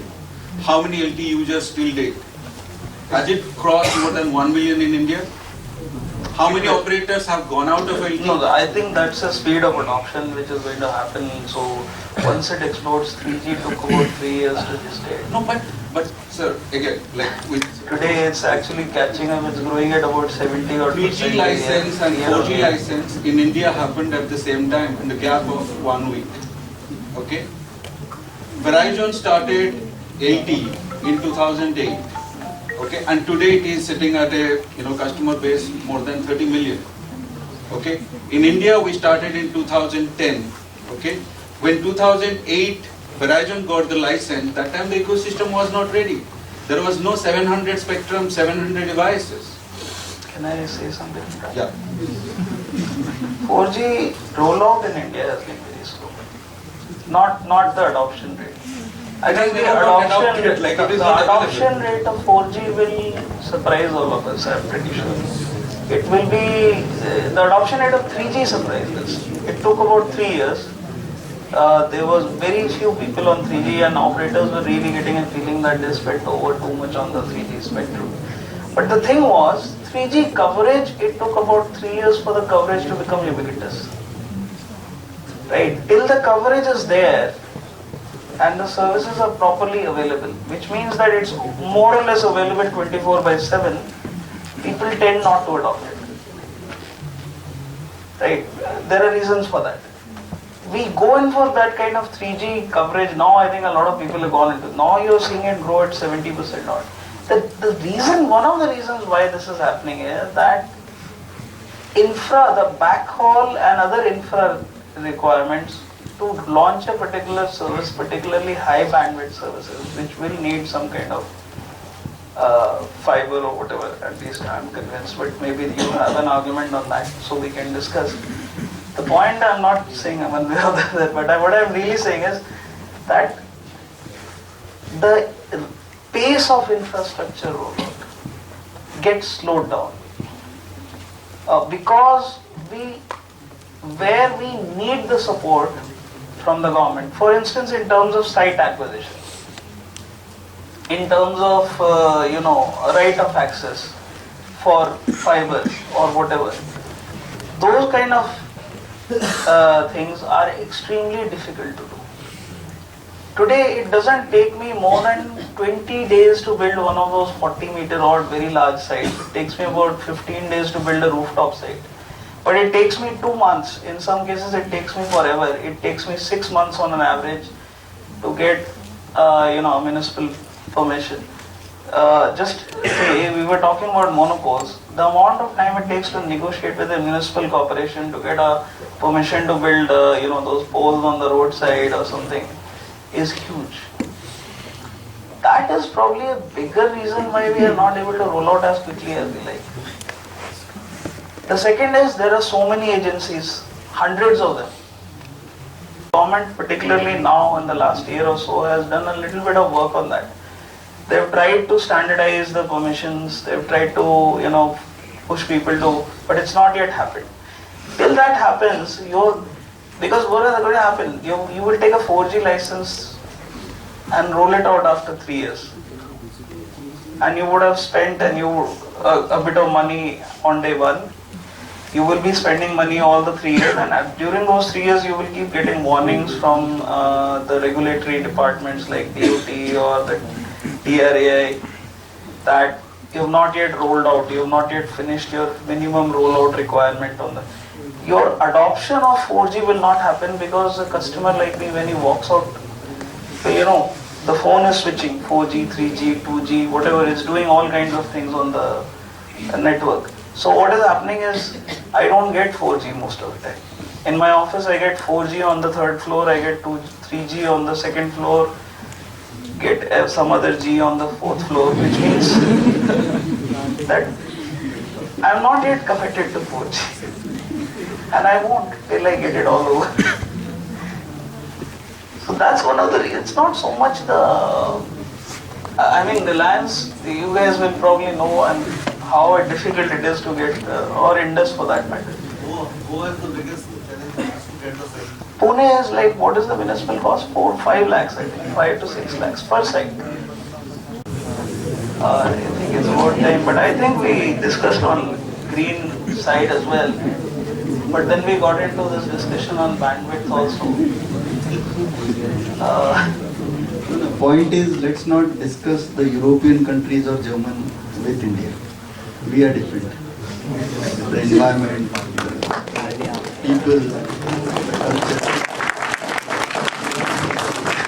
So let's take, we have our own problems, own challenges, but still, why you need 100 Mbps? 1 Mbps you can do everything. If you want to do banking, no. You want to do a movie load, that's a different. But most of the basic things, what Professor and I would like to do the old timers, we are more happy with 2 Mbps bandwidth. So then it will improve day by day with 4G, 5G. You need 2 MB, I need 50 MB. Okay, so the technology is evolving, and the good thing is the lowest denomination, that is bandwidth, is going to grow up. So good things are going to come. So probably now I leave it to you to summarize. I think summary is that there are two sides to the equation. We are discussing energy as a part of telecom, or telecom as a part of energy. The bigger picture is energy, the smaller picture is telecom. And in our country, because there is a limitation in terms of the availability of energy,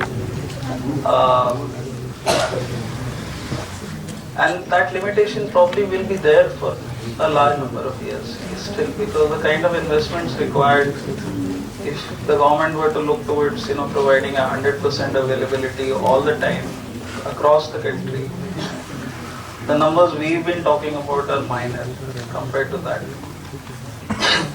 So this is a common problem for all of us, and like he said, we are Indians, so we will solve our problem. The problem we will solve is the part of the industry in which we are currently, the telecom industry, and our problem is two parts. One is supply and the other part is demand. So demand side optimization is happening. Very clearly I can see, for instance, the first MSC I installed was about 50 feet by some 25-30 feet room hall, and it was huge. A similar size soft switch today is a small server. The BTS we started with was a Motorola BTS, which was about 3 kilowatts or 4 kilowatts. It actually consumed about 60 amps all the time, throughout the day and night. So we used to bring in 20 kVA or 25 kVA DV sets on every site, with 200-liter tanks. 200 liters of diesel on the site. Today it's about 800 to 900 watts. But the simple fact is that in those days you had a call rate of about 16 or 17 rupees a minute. And today you have a call rate of, and there were very few people with mobiles. And today you have many more, many orders of magnitude more. So even though I have 700 watts per BTS, I probably have 5 or 6 or 7 BTSs. So my energy consumption is not actually gone down. Practically it's not gone down. Because the volumes are so large now. So a given site might have 6 or 7 different BTSs. If you look at those towers, you won't see the tower, you will only see antennas on them. So you can guess, even if each set of 3 antennas is consuming only 700 watts, the site as a whole is still consuming a lot of energy. So we have options, we've done innovations. Many of the sites are now converted to outdoor. We've gone onto non-DG, non-AC kind of solutions. We are working with partners to develop energy services companies, or to get solar on a large scale or wind on a large scale. We are moving towards higher bandwidth, so everybody will be happy to get more than 2 Mbps eventually. I think we are getting there. 4G is already pretty much higher in terms of speed. You can probably download a movie in about 15-20 minutes these days. So I'll just add to specifically keeping focus on green energy. I think the key takeaway, which from my perspective the participants can take away is from the green energies. There are three stakeholders. What we have discussed till now. One is the CSP, which is the Silver Service Provider, and the entire network which we are going to deploy, the services which we are going to offer. The key focus has to be in energy saving. Second stakeholder into what we have discussed at a very broad level, which we carry, is the utilities. Whatever the best practices which we are building in the telecom domain, that is applicable to the energy distribution systems also. Because we have got a lot of maturity in terms of delivery, in terms of policy enforcement, and in terms of its efficiency and measuring it. And third key stakeholder, which I wanted to take away, are the corporates. Right from the product purchase to operating a network to removing a system, it has to ensure that the energy system is followed. Three are the key stakeholders. And just to end, if you strategize the entire Greenovation which we discussed, it has got three components. First is minimize. So our overall objective is to ensure whatever we do, whether it's network operations, whether it's network design, or we are optimizing it, our focus is to bake in all systems to minimize, right, the waste. Second is to combine. You have to combine the business which you are with the environmentally sustainable business. And third but not the least is maximize. Not only you are making revenue as a service provider because your TCO is coming down, also the social impact. So these are the three critical components which I want you to take away as part of the discussion which we had. There's alternative methods also, like deploying the fiber in the sewer systems, or by deploying the fiber aerially, just like BSNL does by laying the traditional copper wire. So sir, are these methods viable in the Indian market? Because these are already being used globally, as it saves a lot of time as well as... They leave a duct beside the road systematically on all the roads. He touched upon it, where all operators can come in, the power cable companies, the fiber cables, all are laid properly.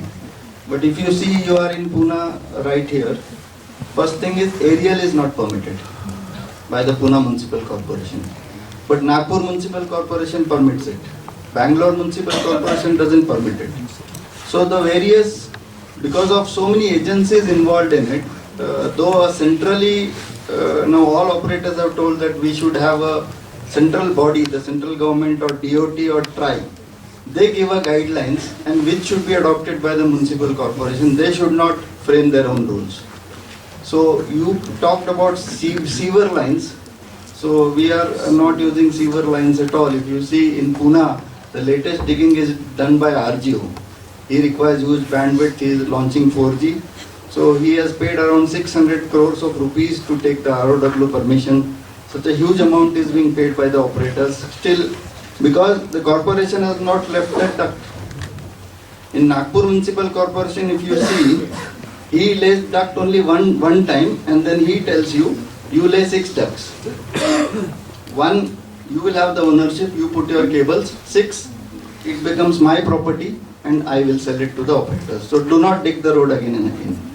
So because of this difference in rules and regulations all over the place, sewerage lines, I don't think anybody has used it because of the guidelines given by the local municipal corporations. So you are laying it beside the road only, but once it becomes a cemented road, then there is no option of digging at all. Then aerial is not permitted. They put a lot of penalty if you have aerial cable and they start cutting it. Only the LCO, local cable operator who has an IP1 license, he can lay aerial cable. So, see, thing is that so long as there is a single, even in a municipal corporation or even in a city like Pune, I don't know exactly about Pune, but I can give you examples from Delhi. There are multiple agencies having different parts of Delhi. So there is a Delhi industrial area which is managed by a different agency. There is a DDA area which is managed by a different agency. There is an MCD. The only thing is that these, at least for Delhi as a geographical entity, if there is a single defined method by all the agencies that this is how you will do it. So we would be happy to do that. I had a meeting with the National Highway Authority of India. They've laid a huge amount of highways. It's one of the more successful projects taken by the government. Unfortunately, in that entire tender, there is no mention of ducting for fiber. If the NHAI has not provided for ducts for fiber laying along their route, all national long distance networks depend on those fibers.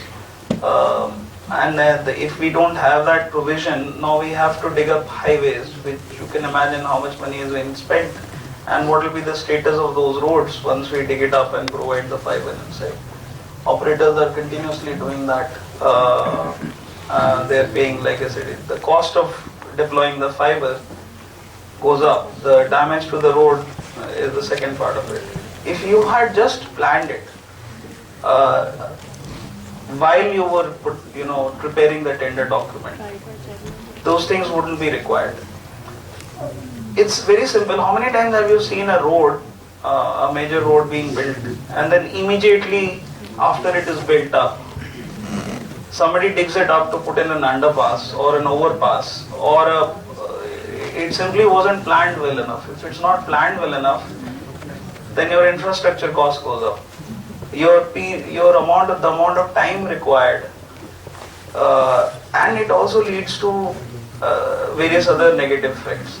Because then what happens is that each and every infrastructure project becomes a single approval, which means that a one-time approval without a uniform policy means that each approval becomes unique, and each unique approval will ensure that there is some additional cost which will be incurred, which will have to be incurred to manage that. So we are happy to go with one single method, overhead, underground, wherever, not a problem. The technology is there, the policy has to be uniform. Context, we don't produce solar cell, we all outsource it from China. Now the panel discussed, we required 8 lakhs per cell site, and in India we have 44 lakh total cell sites. Now the Indian government should subsidize the amount, it should subsidize the amount on manufacturing hub of India rather than subsidizing on the solar manufacturing plant in India. So what is your call on this discussion? Personally, I don't believe in subsidies, okay? If we don't stand on our own feet, we never stand. That's a fact. The point I was making there, was, if I wanted the government to subsidize my solar panels on my site, they would really have to spend a huge amount of money. I don't know whether the government can do that at this stage. Most industry bodies will tell you the government should subsidize. The other side of the production side is equally true. For those many solar panels, setting up a manufacturing plant, it might be easier to subsidize that end of the things, because one plant, will not cost as much as all those solar panels will cost. The plant will manufacture the panels. So that end, yes, it makes sense if you can get subsidies from the government to start producing technology in-house. That means the equipment in the country, within the country. It might reduce the cost. There is a subsidy on solar. In fact, it was depreciation benefit was there to wind energy last year. Solar, yeah. And that has been taken out 2 years back. Now again it has come, and Modi government has come. Solar subsidy is also there altogether from 5-6 years. When I visited the Renewable Ministry and I asked them, this much I have invested, we have around 5 megawatt. If you can combine 250 watts, and the subsidy is coming out with this much. The problem with them is also the fund. Even the subsidy from 2008 is pending. So there is a policy, but the disbursement of that benefits to the consumer is not there because of the fund issue there. Technology advancements and innovations as far as procuration of energy saving equipment is concerned. One such equipment is the recently designed by TCOE, which is Telecom Center of Excellence. they prepared an energy saving equipment which actually looks after the diesel pilferages that many of you spoke about. It also looks after the power supply, the power output. So, and Tata Teleservices of late has deployed this particular technology in its 500 mobile sites. But considering the fact that this technology was in place for like 3 years now, there are very few adopters, and I don't understand the reason that why is it happening. Please kindly throw some light on it. This is the battery output, and then based on that we run the site maximum on battery. Supposing good battery is there, gives you 4 hours backup, so I need not start the DG. So you delay the start of the DG by sensing the temperature and the battery voltage, and then you exactly maximize the energy so that your diesel starting is delayed. So then you contribute to your carbon credits also, and you save on fuel also, you save on cost also. So this is the basically fundamental principle what this is doing, and almost all operators have deployed this. It is available at home. So it's, there are various, he's right. I mean, the thing is that most of us are working on these solutions, so, and they're all partially or fully deployed. The thing is, it may not be a particular solution. Maybe different companies have come up with various different solutions.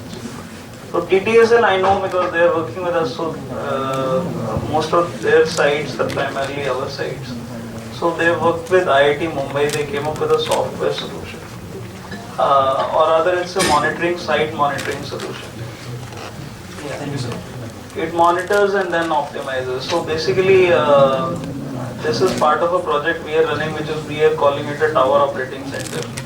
Just like there used to be network operating centers. Indus already has it. We are working on it. I think Bhatin Fatel has one as well. Yeah, so we are monitoring the sites. Not 24/7, but almost 24/7, and close to real time. So we are getting all the parameters, and basis that we are able to optimize some of the. Just to add what has been mentioned, that this will become critical when it is adopted and it is being reported. So just to let you know, in our managed services review, which we do to the service providers, green energy is still not one of the key performance indicators which we manage and report every month. Yeah. So till that time it becomes integral part of the KPI which is happening, adoption will become mandatory. Until the time we are able to quantify the impact on the ARPU, once we can quantify that how the TCO has reduced, how it has impacted your service delivery, how it is improving your revenue and margin, then the adoption becomes mandatory. And that's what we are working towards. It has to be made a mandatory KPI. So the work is in progress, the journey is going on, right from vendor selection to network build out. Your energy is going to be a key differentiator in terms of the feature, and once that starts happening, you will see its adoption. So there was this report that was talked about in this panel, which was actually a reply to TRAI given by OSPI, COI, and Reliance Communications. And there are some things which I would want to bring to your notice. One thing that was mentioned is that suppose if we consider an ordinary spectrum band, say of 2.1 gigahertz or 2.3 gigahertz, the radius is somewhere around 4.7 to 5.5 kilometers. There is another rule which comes out as a recommendation by these three organizations, is that suppose if we have a telecom tower in one particular place, then we should not have another one within a 500 meter radius. I mean, that is basically to reduce the carbon footprint. But then at the same time, we also have got issues regarding call drops. Again, of late we have seen a lot of telecom towers being sealed. So how do we find a middle way from it in a way that, is it possible for us to have a win-win situation for all the stakeholders? What should be done next from the industry perspective? Thank you. So, okay. So if you believe that future is data, what's happening is that the demand of data is going to decide the number of towers. Okay, what it means is that in a voice-centric network, you want to cover as much as possible from a single tower. But in a data-centric network, it is not coverage; it is capacity which is critical. Okay. Then we talk about quantization, like modulation, how that is further formulating to the throughput and bandwidth. Now, there is no thumb rule that a base station covers X kilometer. The kilometer is going to be decided by your experience. Okay, in a metro or a city side, okay, you will find eventually the base stations are going to be at a distance of around 150 to 200 meters. Okay, and that is where the capacity is going to be relevant to the end user because the density of traffic is going to be so high. Now, if that is the case, do you need tower? Or can I have tower? Then tower is never going to be a solution. Sorry, you know. It is not a solution for a mobile data network, particularly in the context of a metro scenario. You will still continue to have macro tower. So there is a macro coverage area, and then there will have spotty capacity sites which are more of a small size, where you don't need a tower, you just need a pole mounted on a, you know, wall kind of structure, okay? And it will be not at a height of somewhere around, 5-6 floors, rather it is 1 floor, 2 floor kind of height. So if you actually look into all this context, so the good thing which is going to happen is that the tower-centric complexities are going to be no more there for operator, particularly in the metro areas. Like for example, today you are having a call drop in a particular area because there is no tower. But if you don't need a tower, you can put a base station, and that will make your work easier. Okay, and that is something which is going to be worked in this kind of solutions. Focus on the green audit. Is there any existing model or method for green audit, or is it totally on the telcos or the service providers to be self-driven or self-motivated for this innovation? The green audit is very much there, but in India, I don't know how far operators do it. I covered this topic. I told the agency we have not yet agreed to the norms which are specified by TRIBE or DOT. And we have again told them to revise the norms, to float a consultation paper once more. They floated in 2012, which is not agreed by all the operators. And so again now, so TRIBE is the governing body for all audit and compliances in this country for telecom. So TRIBE is going to again float a consultation paper, talk to all the operators and arrive at a consensus on what are the KPIs or what are the stringent measures which they are going to put on all operators, and then ask for a monthly report. For example, call drop 2%. There are a set of KPIs which we submit on a monthly basis, which are fixed and agreed by the operators. So like this, for renewable energy, what is the carbon emission or how much credits you are going to get is not yet agreed. So that we have represented, and it will take time to complete. I think there are two parts to it. One is what, sir told that this is what the regulator wants to do. Okay, I'll just give you another example is that fraud management, revenue leakage. Okay, these are the auditing factors. Do you need a regulator tell you what is the fraud in your network? You don't wait for that. Okay, you do on your own proactively. So one is that when the regulator says you are like imposed with, okay, fine, I'll do it, okay? But operator has to be proactively look forward how I'm going to implement it, okay? The way they are doing it with fraud management, revenue leakage, those kind of things. The rest of the questions can be taken offline. Thank you, dear panelists, for such a lively and insightful discussion. I now invite my colleagues to felicitate our esteemed dignitaries with mementos as a token of our gratitude and appreciation.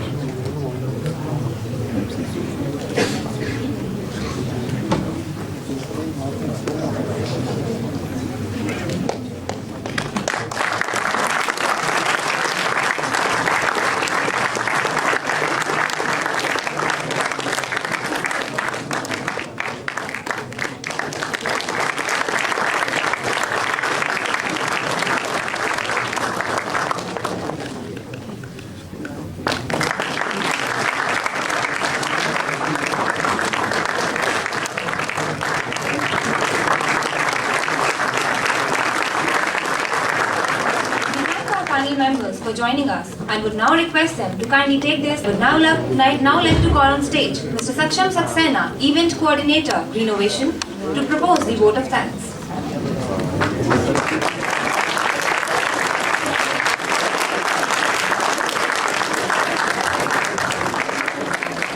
Couple of days back, I read an amazing quote. It goes like this: modern technology owes ecology an apology. And today's discussion, I can certainly say that this demonstrated this statement vividly. The words would never suffice for the zeal and support from each person, yet I wish to acknowledge the relentless efforts of these people. First of all, I would like to thank our respective panelists, and I am highly grateful to them who enlightened us about the most trending and desirable topic in the telecom industry, that is green telecommunication technology.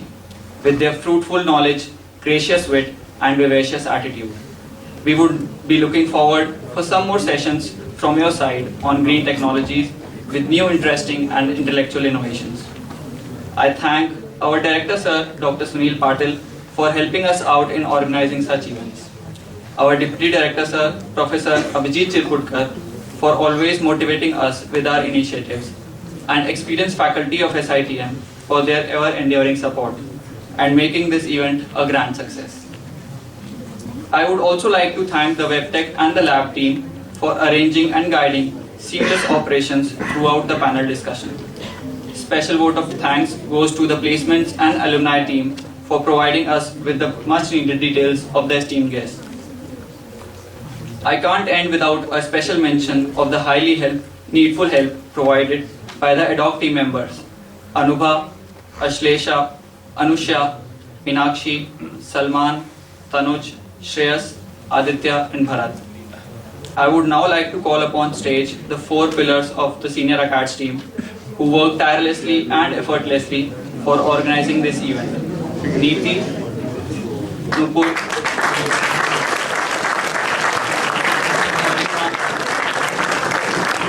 and Mathure.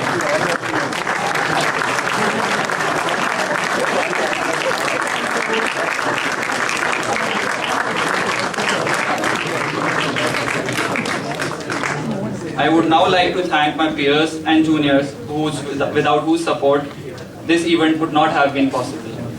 I admire and applaud your support sincerely from my heart. I hope for the same cooperation and conviction in future as well. Thank you.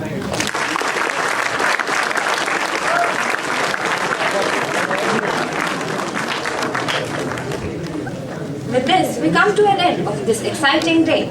We are extremely grateful to all the esteemed dignitaries for giving us their valuable time and providing us with holistic outlook of innovations in telecom for a greener environment.